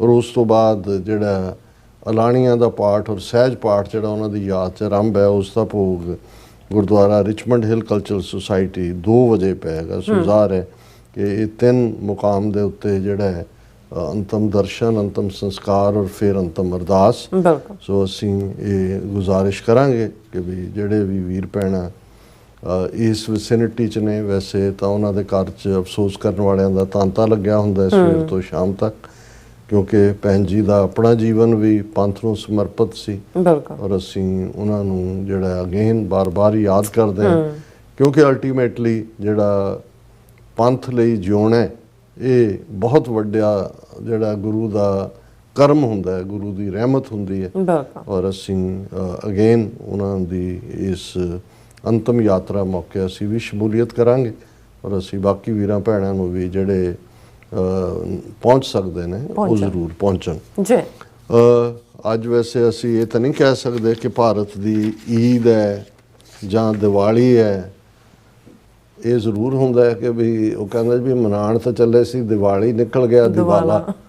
ਹੁੰਦਾ ਕੀ ਸੀ ਵੀ ਦੀਵਾਲੀ ਦੇ ਨਾਲ ਹੁਣ ਦੀਵਾਲੀ ਭਾਵੇਂ ਜੋੜੀ ਤਾਂ ਕੋਈ ਹੋਰ ਕਹਾਣੀ ਨਾਲ ਹੀ ਜਾਂਦੀ ਹੈ, ਪਰ ਇੱਕ ਪਾਠ ਜ਼ਰੂਰ ਹੁੰਦਾ ਹੈ ਕਿ ਵੀ ਇਹ ਜਿਹੜੇ ਵੈਸ਼ਯ ਨੇ, ਤੀਸਰੀ ਕਲਾਸ ਬ੍ਰਾਹਮਣ ਕਸ਼ਤਰੀਆਂ ਤੋਂ ਬਾਅਦ ਬਾਣੀਏ ਜਿਨ੍ਹਾਂ ਨੂੰ ਅਸੀਂ ਕਹਿੰਦੇ ਹਾਂ, ਉਹਨਾਂ ਦਾ ਤਿਉਹਾਰ ਹੈ, ਕਿਉਂਕਿ ਲక్ష్ਮੀ ਪੂਜਾ ਕੀਤੀ ਜਾਂਦੀ ਹੈ। ਸੋ ਦੁਨੀਆ ਦੇ ਕਿਸੇ ਮਜ਼ਹਬ 'ਚ ਵੈਸੇ ਐਸਾ ਨਹੀਂ ਹੈ ਕਿ ਧਨ ਦੀ ਵੀ ਕੋਈ ਦੇਵੀ ਹੋਏ ਤੇ ਉਹਦੀ ਵੀ ਪੂਜਾ ਹੁੰਦੀ ਹੋਵੇ। ਸੋ ਉਸ 'ਚ ਫਿਰ ਲక్ష్ਮੀ ਪੂਜਾ ਦੇ ਨਾਲ ਜਿਹੜਾ ਹੈ ਉਹ ਜੂਆ ਖੇਡਣਾ ਵੀ ਜੁੜਿਆ ਹੁੰਦਾ ਸੀ। ਸੋ ਜੂਏ ਦੇ ਵਿੱਚ ਫਿਰ ਕਈ ਵਾਰੀ ਸਾਰਾ ਕੁਛ ਹੀ ਹਾਰੇ ਹੁੰਦੇ ਸੀ, ਤੇ ਉਹ ਕਹਾਵਤ ਉਹਦੇ 'ਚੋਂ ਹੀ ਨਿਕਲੀ ਕਿ ਵੀ ਬਾਕੀਆਂ ਦੀ ਦੀਵਾਲੀ ਤਾਂ ਇਹਨਾਂ ਦਾ ਦਿਵਾਲਾ, ਵੀ ਦਿਵਾਲਾ ਬੈਂਕਰਪਸੀ ਨੂੰ ਕਹਿੰਦੇ ਨੇ, ਫਲਾਣੇ ਦਾ ਦਿਵਾਲਾ ਨਿਕਲ ਗਿਆ। ਇੱਥੇ ਵੈਸੇ ਚੈਪਟਰ 13 ਫਾਈਲ ਕਰਨਾ ਵੀ ਕਹਿੰਦੇ ਨੇ ਵੀ ਹੋ ਗਿਆ ਕੰਮ। ਹੁਣ ਇਵੇਂ ਜੇ ਤੁਸੀਂ ਥੋੜ੍ਹਾ ਜਿਹਾ ਪਿੱਛੇ ਜਾਓ, ਇੱਕ ਟਰਮ ਬਾਈਡਨ ਦੀ ਸੀ ਤੇ ਉਸ ਤੋਂ 4 ਸਾਲ ਪਿੱਛੇ ਜਾਓ ਜਿਹੜੀ ਟਰਮ ਟਰੰਪ ਦੀ ਸੀ, ਉਹ ਸਾਰੇ ਸੀਨ ਜਿਹੜੇ ਨੇ ਉਹ ਮਨ ਦੀਆਂ ਅੱਖਾਂ ਸਾਹਮਣੇ ਸਭ ਦੇ ਹੋਣਗੇ ਕਿ ਕਿਵੇਂ ਟਰੰਪ ਦੀ ਚੜ੍ਹਦੀ ਕਲਾ ਦੇ ਲਈ ਜਿਹੜਾ ਹੈ ਉਹ ਹਵਨ ਕੀਤੇ ਜਾ ਰਹੇ ਨੇ, ਉਹਨਾਂ ਦੇ ਵਿੱਚ ਸਵਾਹਾ ਸਵਾਹਾ ਪੂਰਨ ਆਹੁਤੀ ਪਾਈ ਜਾ ਰਹੀ ਹੈ। ਫਿਰ ਇਹੀ ਨਹੀਂ, ਦਿੱਲੀ ਔਰ ਨਾਗਪੁਰ ਔਰ ਬੰਬੇ 'ਚ RSS ਵਾਲੇ ਟਰੰਪ ਦਾ ਜਨਮ ਦਿਨ ਵੀ ਮਨਾ ਰਹੇ ਨੇ, ਔਰ ਜਨਮ ਦਿਨ 'ਚ ਵੱਡੀ ਟਰੰਪ ਦੀ ਜਿਹੜੀ ਹੈ ਆਊਟਕਟ ਫੋਟੋ ਲਾ ਕੇ ਕੇਕ ਜਿਹੜਾ ਉਹਦੇ ਮੂੰਹ ਨੂੰ ਵੀ ਲਾ ਰਹੇ ਨੇ। ਫਿਰ ਗੱਲ ਇੱਥੇ ਨਹੀਂ ਹੈ, ਇੱਥੇ ਨਿਊ ਜਰਸੀ ਹਿੰਦੂ ਫਾਊਂਡੇਸ਼ਨ ਵੱਲੋਂ ਬਹੁਤ ਵੱਡਾ ਫੰਡ ਰੇਜ਼ਿੰਗ ਟਰੰਪ ਦੇ ਲਈ ਕੀਤਾ ਗਿਆ ਔਰ ਕਿੰਨੇ ਮਿਲੀਅਨ ਇਕੱਠਾ ਕਰਕੇ ਦਿੱਤਾ ਗਿਆ। ਟਰੰਪ ਨੇ ਵੀ ਜੇਬ 'ਚ ਪਾ ਕੇ ਕਿਹਾ ਆਈ ਲਾਈਕ ਹਿੰਦੂ। ਫਿਰ ਨਮਸਤੇ ਟਰੰਪ, ਲੱਖਾਂ ਲੋਕ ਉੱਥੇ ਇਕੱਠੇ ਕਰਕੇ, ਫਿਰ ਹਾਊਡੀ ਮਾਊਡੀ ਹਿਊਸਟਨ ਟੈਕਸਸ ਅਬ ਕੀ ਬਾਰ ਟਰੰਪ ਸਰਕਾਰ। ਹੁਣ ਇਸ ਸਾਰੇ ਸਿਨੈਰੀਓ 'ਚ ਜਦੋਂ ਤੁਸੀਂ ਇੱਕ ਪਾਸੇ ਬਹੁਤਿਆਂ ਨੂੰ ਇਹ ਲੱਗਦਾ ਸੀ ਲੋ ਜੀ ਮੋਦੀ ਤੇ ਟਰੰਪ, ਔਰ ਉਸ ਸਾਰੇ 'ਚੋਂ ਹੀ ਆਪਣੇ ਗੁਜਰਾਤੀਆਂ ਨੂੰ ਦੂਜਿਆਂ ਤੀਜਿਆਂ ਨੂੰ ਥਾਂ ਥਾਂ ਇਕੱਠੇ ਕਰਕੇ ਇੱਥੇ ਵੀ ਮੈਡੀਸਨ ਸਕੁਅਰ ਗਾਰਡਨ 'ਚ ਔਰ ਵਾਲ ਸਟਰੀਟ ਤੇ UN ਦੇ ਬਾਹਰ ਔਰ ਇਸ ਕਿਸਮ ਦਾ ਐਂ ਲੱਗਣ ਲੱਗ ਗਿਆ ਸੀ ਕਿ ਵੀ ਜਿਵੇਂ RSS ਤੇ ਨਿਓ ਨਾਜ਼ੀ ਜਿਹੜੇ ਨੇ ਉਹ ਇੱਕੋ ਹੀ ਨੇ ਔਰ ਰਾਈਟ ਵਿੰਗਰਸ ਦੇ ਨਾਲ ਵੀ ਉਹੀ ਅਲਾਇੰਸ ਔਰ ਉਹੀ ਜਿਹੜਾ ਮੋਦੀ। ਇਸ ਹੱਦ ਤੱਕ ਇਹਨਾਂ ਦੇ ਹੌਸਲੇ ਵੱਧ ਗਏ ਕਿ ਵੀ ਉਹਨਾਂ ਨੇ ਆਪਣੇ ਆਪ ਨੂੰ ਵਿਸ਼ਵ ਗੁਰੂ ਐਲਾਨ ਦਿੱਤਾ। ਹੁਣ ਵਿਸ਼ਵ ਗੁਰੂ ਤਾਂ ਜਿਹੜਾ ਸੁਪਰੀਮ ਪਾਵਰ ਹੁੰਦੀ ਉਹੀ ਆ, ਹਰ ਇੱਕ ਨੂੰ ਪਤਾ ਸੀ ਵੀ ਅਮਰੀਕਾ ਹੈ, ਉਹਨਾਂ ਦੀ ਇਕੋਨਮੀ ਹੈ, ਉਹਨਾਂ ਦੀ ਪਾਵਰ ਹੈ, ਉਹਨਾਂ ਦੇ ਧਨ ਦੇ ਨਾਲ ਬਹੁਤ ਸਾਰੀਆਂ ਇੰਟਰਨੈਸ਼ਨਲ ਜਿਹੜੀਆਂ ਬਾਡੀਜ਼ ਨੇ ਸਣੇ UN UNICEF world health organisation, ਉਹਨਾਂ ਦੀ ਡੋਨੇਸ਼ਨ ਤੇ ਖੜੀਆਂ ਨੇ, ਡਿਸੀਜਨ ਮੇਕਿੰਗ ਵੀ ਉਹਨਾਂ ਦੇ ਕੋਲ ਹੈ, ਵੀਟੋ ਵੀ ਉਹਨਾਂ ਦੇ ਕੋਲ ਹੈ। ਪਰ ਉਹ ਆਪੂ ਬਣੇ ਵਿਸ਼ਵ ਗੁਰੂ ਜਿਹੜੇ ਸੀ, ਉਹਨਾਂ ਨੇ ਫਿਰ ਉਸ ਲੈਵਲ ਤੱਕ ਜਾ ਕੇ ਆਪਣਾ ਉਹ ਸੱਚਮੁੱਚ ਹੀ ਸਮਝਣ ਲੱਗ ਗਏ ਵੀ ਅਸੀਂ ਵਿਸ਼ਵ ਗੁਰੂ ਹਾਂ। ਔਰ ਉਹਨਾਂ ਨੇ ਅਮਰੀਕਾ ਦੀ ਧਰਤੀ ਦੇ ਉੱਤੇ ਟਰਾਂਸਨੈਸ਼ਨਲ ਰਿਪਰੈਸ਼ਨ ਕ੍ਰਾਈਮ ਕਰਨ ਦੀ ਹਿੰਮਤ ਵੀ ਦਿਖਾਈ। ਕੈਨੇਡਾ 'ਚੋਂ ਕਾਮਯਾਬ ਰਹੇ, UK 'ਚ ਕਾਮਯਾਬ ਰਹੇ, ਪਾਕਿਸਤਾਨ 'ਚ ਕਾਮਯਾਬ ਰਹੇ। ਜਿਵੇਂ ਅਸੀਂ ਬਿਆਨਦੇ ਹਾਂ ਕਿ 6 ਮਈ 2023 ਨੂੰ ਭਾਈ ਪਰਮਜੀਤ ਸਿੰਘ ਪੰਜਵੜ ਦਾ ਕੋਲਡ ਬਲੱਡਡ ਮਰਡਰ ਹੁੰਦਾ ਹੈ। ਫਿਰ 15 ਜੂਨ 2023 ਨੂੰ ਬਰਮਿੰਗਮ UK ਦੇ ਵਿੱਚ, ਹੁਣ ਤਾਂ ਉਹਦੇ ਬਾਰੇ ਬਿਲਕੁਲ ਕਲੀਅਰ ਹੀ ਹੋ ਗਿਆ ਵੀ ਕਿਵੇਂ ਜਿਹੜਾ ਕੈਮੀਕਲ ਦੇ ਰਾਹੀਂ ਜਿਹੜਾ ਉਹ ਕੈਂਸਰ ਕਾਜ਼ ਕੀਤਾ ਗਿਆ ਔਰ ਔਰ 18 ਜੂਨ 2023 ਨੂੰ ਭਾਈ ਹਰਦੀਪ ਸਿੰਘ ਨਿੱਜਰ ਔਰ ਉਹਨਾਂ ਦਿਨਾਂ ਦੇ ਵਿੱਚ ਹੀ ਫਿਰ ਜੂਨ ਦੇ ਅਖੀਰਲੇ ਹਫਤੇ ਤੱਕ ਪਹੁੰਚਦੇ ਆ ਗੁਰਪਤਵੰਤ ਸਿੰਘ ਪੰਨੂ ਮਰਡਰ ਪਲਾਟ ਜਿਹੜਾ ਅਮਰੀਕਨ ਏਜੰਸੀਆਂ ਦੀ ਮੁਸਤੈਦੀ ਨੇ ਜਿਸ ਨੂੰ ਫਾਈਲ ਕੀਤਾ। ਹੁਣ ਇਹ ਸਾਰਾ ਕਿਉਂਕਿ ਬਾਈਡਨ ਇਹ ਜਦੋਂ ਕ੍ਰਾਈਮ ਇਹਨਾਂ ਨੇ ਕੀਤਾ ਬਾਈਡਨ ਐਡਮਿਨਿਸਟ੍ਰੇਸ਼ਨ ਸੀ ਔਰ ਬਾਈਡਨ ਦਾ ਹੁਣ ਜੇ ਮੁੜ ਕੇ ਦੇਖੀਏ ਕਿ ਈਵਨ ਟਰੰਪ ਦਾ ਦੁਬਾਰਾ ਜਿੱਤਣਾ ਜਿਸ ਨੂੰ ਈਵਨ ਅਮਰੀਕਨ ਐਕਸਪਰਟਸ ਨੇ ਕਿਹਾ ਸੀ ਕਿ ਇਹ ਟਰੰਪ ਦੀ ਵਿਕਟਰੀ ਨਹੀਂ ਹੈ, ਇਹ ਬਾਈਡਨ ਦੀ ਡਿਫੀਟ ਹੈ ਕਿ ਇਸ ਕਦਰ ਵੀਕ ਪ੍ਰੈਜ਼ੀਡੈਂਟ ਜਿਸ ਨੇ ਕਿਸੇ ਗੱਲ ਨੂੰ ਅੰਜਾਮ ਤੇ ਨਹੀਂ ਲਾਇਆ। ਜੇ ਹੁਣ ਰੂਸ ਨੂੰ ਪ੍ਰਵੋਕ ਕੀਤਾ, ਰੂਸ ਨੇ ਅਟੈਕ ਕੀਤਾ ਯੂਕਰੇਨ ਤੇ ਨਾ ਚੱਜ ਨਾਲ ਯੂਕਰੇਨ ਦੀ ਪੈਸੇ ਦੇਈ ਗਏ ਲੇਕਿਨ ਨਾ ਕੋਈ ਤੁਹਾਡੇ ਕੋਲ ਡਿਫੈਂਸ ਦੀ ਲਾਈਨ ਤਿਆਰ ਸੀ ਨਾ ਕੋਈ ਹੋਰ ਸੀ ਜਿਹੜਾ ਉਹ ਯੂਕਰੇਨੀਅਨ ਵੀ ਮਾਰ ਰਹੇ ਨੇ, ਰਸ਼ੀਅਨ ਵੀ ਮਾਰ ਰਹੇ ਨੇ ਔਰ ਅਮਰੀਕਾ ਨੂੰ ਉਸ ਦੇ ਵਿੱਚ ਲਿਜਾ ਕੇ ਫਸਾ ਦਿੱਤਾ। ਇਸੇ ਤਰ੍ਹਾਂ ਇਹ ਟਰਾਂਸਨੈਸ਼ਨਲ ਰਿਪਰੈਸ਼ਨ ਦੇ ਮੁੱਦੇ ਤੇ ਬੇਸ਼ੱਕ ਇਹ ਇਨਕੁਆਇਰੀ ਜਾਂ ਏਜੰਸੀਆਂ ਕਿਉਂਕਿ ਪ੍ਰੈਜ਼ੀਡੈਂਟ ਦੇ ਵਾਈਟ ਹਾਊਸ ਦੇ ਕਹਿਣ ਤੇ ਤਾਂ ਕੰਮ ਨਹੀਂ ਕਰਦੀਆਂ, ਉਹ ਹੋਮਲੈਂਡ ਸਿਕਿਉਰਿਟੀ ਹੈ ਜਾਂ FBI ਹੈ ਜਾਂ ਉਹਨਾਂ ਦੀਆਂ ਪ੍ਰੋਸੀਕਿਊਟਿੰਗ ਏਜੰਸੀਜ਼ ਨੇ। ਪਰ ਕੁੱਲ ਮਿਲਾ ਕੇ ਅਸੀਂ ਦੇਖੀਏ ਕਿ ਵੀ ਭਾਰਤ ਪ੍ਰਤੀ ਜੇ ਇਹੀ ਕੰਮ ਟਰੰਪ ਦੇ ਪੀਰੀਅਡ 'ਚ ਹੋਇਆ ਹੁੰਦਾ ਤੇ ਫਿਰ ਰਿਐਕਸ਼ਨ ਭਾਰਤ ਨੂੰ ਨਜ਼ਰ ਆਉਣਾ ਸੀ ਕਿ ਵੀ ਕੀ ਤੁਸੀਂ ਕਿਸੇ ਦੇਸ਼ ਦੀ ਸੋਵਰਨਿਟੀ ਨੂੰ ਔਰ ਇੰਟਰਨੈਸ਼ਨਲ ਲਾਅ ਨੂੰ ਜਦੋਂ ਵਾਇਲੇਟ ਕਰਦੇ ਹੋ ਤੇ ਉਹਦੇ ਕਨਸੀਕੁਐਂਸਿਸ ਕੀ ਹੁੰਦੇ ਨੇ। ਲੇਕਿਨ ਉਹ ਸਭ ਅੰਡਰ ਦਾ ਰੱਗ ਕਰਨ ਦੀ ਕੋਸ਼ਿਸ਼ ਹੋਈ ਇਸੇ ਪੀਰੀਅਡ 'ਚ ਜਿਹੜਾ ਉਹ ਅੰਬਾਨੀ ਅਡਾਨੀ ਡੀਲਸ ਦੀ ਗੱਲ ਵੀ ਔਰ ਇੱਥੇ ਉਹਦੇ ਖਿਲਾਫ ਵੀ ਜਿਹੜਾ ਉਹ ਸਾਰਾ ਪਾਰਟ ਚੱਲਿਆ ਔਰ ਪ੍ਰੈਜ਼ੀਡੈਂਟ ਟਰੰਪ ਜਦੋਂ ਵਾਪਸ ਆਪਣੀ ਪਾਵਰ 'ਚ ਆਇਆ ਲਗਭਗ 6 ਮਹੀਨੇ ਪਹਿਲਾਂ ਉਹਨਾਂ ਨੇ 20 ਜਨਵਰੀ ਨੂੰ ਸਹੁੰ ਚੁੱਕੀ ਤੇ ਉਹਨਾਂ ਦੇ ਸਾਹਮਣੇ ਜਿਹੜਾ ਉਹ ਬੜਾ ਕਲੀਅਰ ਸੀ ਕਿ ਉਹਨਾਂ ਨੇ ਕੀ ਕਰਨਾ ਹੈ ਕਿਉਂਕਿ ਉਹਨਾਂ ਦਾ ਸਪੋਰਟ ਬੇਸ ਜਿਨ੍ਹਾਂ ਦਾ ਨਾਂ ਬਾਅਦ 'ਚ ਹੁਣ ਜਦੋਂ ਮਾਗਾ ਦੇ ਥੱਲੇ ਜਾਂ ਕਿਹਾ ਜਾਂਦਾ ਹੈ ਮੇਕ ਅਮਰੀਕਾ ਗ੍ਰੇਟ ਅਗੇਨ ਉਹ ਕੰਸਟੀਚੁਐਂਸੀ ਜਿਨ੍ਹਾਂ ਨੂੰ ਇਹ ਸੀ ਕਿ ਵੀ ਇਸ ਸਾਰੇ ਪੀਰੀਅਡ 'ਚ ਚੀਨ ਵੀ ਘੂਰਦਾ ਹਾਲਾਂ ਉਹਦੇ ਨਾਲ ਉਹਦਾ ਟ੍ਰੇਡ ਸਰਪਲਸ ਹੈ $600 ਬਿਲੀਅਨ ਔਰ ਦੂਜੇ ਦਾ ਰਸ਼ੀਆ ਨੇ ਇਮਿਊਨਿਟੀ ਲਈ ਹੋਈ ਹੈ ਕਿ ਵੀ ਉਹ ਮਾਰ ਵੀ ਰਿਹਾ ਯੂਕਰੇਨ ਵਾਲਿਆਂ ਨੂੰ, ਉਹਦਾ ਤੇਲ ਵੀ ਵਿਕ ਰਿਹਾ 55% ਚਾਈਨਾ 45% ਚਾਈਨਾ ਖਰੀਦਦਾ ਹੈ 35-40% ਭਾਰਤ ਖਰੀਦ ਰਿਹਾ ਔਰ ਉਹ ਭਾਰਤ ਉਸੇ ਹੀ ਆਇਲ ਨੂੰ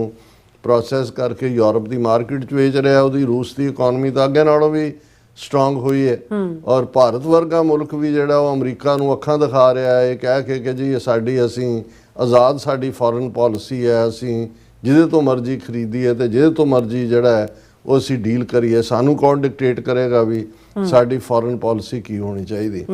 ਸੋ ਮੈਂ ਸਮਝਦਾ ਵੀ ਪ੍ਰੈਜ਼ੀਡੈਂਟ ਟਰੰਪ ਨੇ ਬੇਸ਼ੱਕ ਉਹ ਕੋਈ ਸਟੂਡੀਓਸ ਟਾਈਪ ਜਾਂ ਕੋਈ ਉਸ ਕਿਸਮ ਦੀ ਨਿਕਸਨ ਵਾਂਗ ਜਾਂ ਦੂਜਾ ਕੋਈ ਸਕਾਲਰਲੀ ਨਹੀਂ ਹੈ ਲੇਕਿਨ ਇੱਕ ਬਿਜ਼ਨਸਮੈਨ ਹੋਣ ਦੇ ਨਾਤੇ, ਇੱਕ ਸਫਲ ਬਿਜ਼ਨਸਮੈਨ ਹੋਣ ਦੇ ਨਾਤੇ ਔਰ ਇੱਕ ਰੈਜ਼ਿਲੀਐਂਟ ਹੋਣ ਦੇ ਨਾਤੇ ਜਿਹੜਾ ਆਪਣੇ ਪਿੰਡ ਦਾ ਕਿਤੇ ਪੰਚ ਵੀ ਨਹੀਂ ਬਣਿਆ ਸਿੱਧਾ ਪ੍ਰੈਜ਼ੀਡੈਂਟ ਬਣ ਗਿਆ ਕੋਈ ਛੋਟੀ ਗੱਲ ਹੈ ਪਹਿਲੀ ਵਾਰ ਤੇ ਦੂਸਰੀ ਵਾਰ ਜਿਸ ਕਿਸਮ ਦੀਆਂ ਲੀਗਲ ਇੰਪੈਡੀਮੈਂਟ ਜਿੰਨੇ ਮੁਕੱਦਮੇ ਜਿੰਨੇ ਲਾ ਸੂਟ ਜਿੰਨੇ ਇਹਨਾਂ ਸਭ ਦੇ ਬਾਵਜੂਦ ਸਿੰਗਲ ਹੈਂਡਡਲੀ ਔਰ ਇਹ ਵੀ ਨਹੀਂ ਹੈ ਵੀ ਕੋਈ ਰਿਪਬਲਿਕਨ ਪਾਰਟੀ ਦੇ ਵਿੱਚੋਂ ਕੋਈ ਬਹੁਤ ਡਾਰਲਿੰਗ ਸੀ ਉਹਨੇ ਉਹ ਮਾਹੌਲ ਪੈਦਾ ਕਰ ਦਿੱਤਾ ਆਪਣੇ ਸਪੋਰਟ ਬੇਸ ਦੇ ਨਾਲ ਕਿ ਰਿਪਬਲਿਕਨਸ ਵੀ ਜਿਹੜੇ ਨੇ ਮੈਜੋਰਟੀ ਉਹਨਾਂ ਦੇ ਕੋਲ ਕੋਈ ਚੋਇਸ ਨਹੀਂ ਰਹੀ ਰਾਦਰ ਦੈਨ ਸਪੋਰਟਿੰਗ ਟਰੰਪ। ਸੋ ਉਹਨਾਂ ਹਾਲਾਤਾਂ 'ਚ ਟਰੰਪ ਦਾ ਦੁਬਾਰਾ ਐਮਰਜ ਹੋਣਾ ਔਰ ਆਲਮੋਸਟ ਕਿੰਨੀਆਂ ਸਟੇਟਾਂ ਉਹਨੇ ਕੈਰੀ ਕੀਤੀਆਂ ਔਰ ਪਹਿਲੀ ਵਾਰ ਕਨਵਿੰਸਿੰਗ ਵਿਕਟਰੀ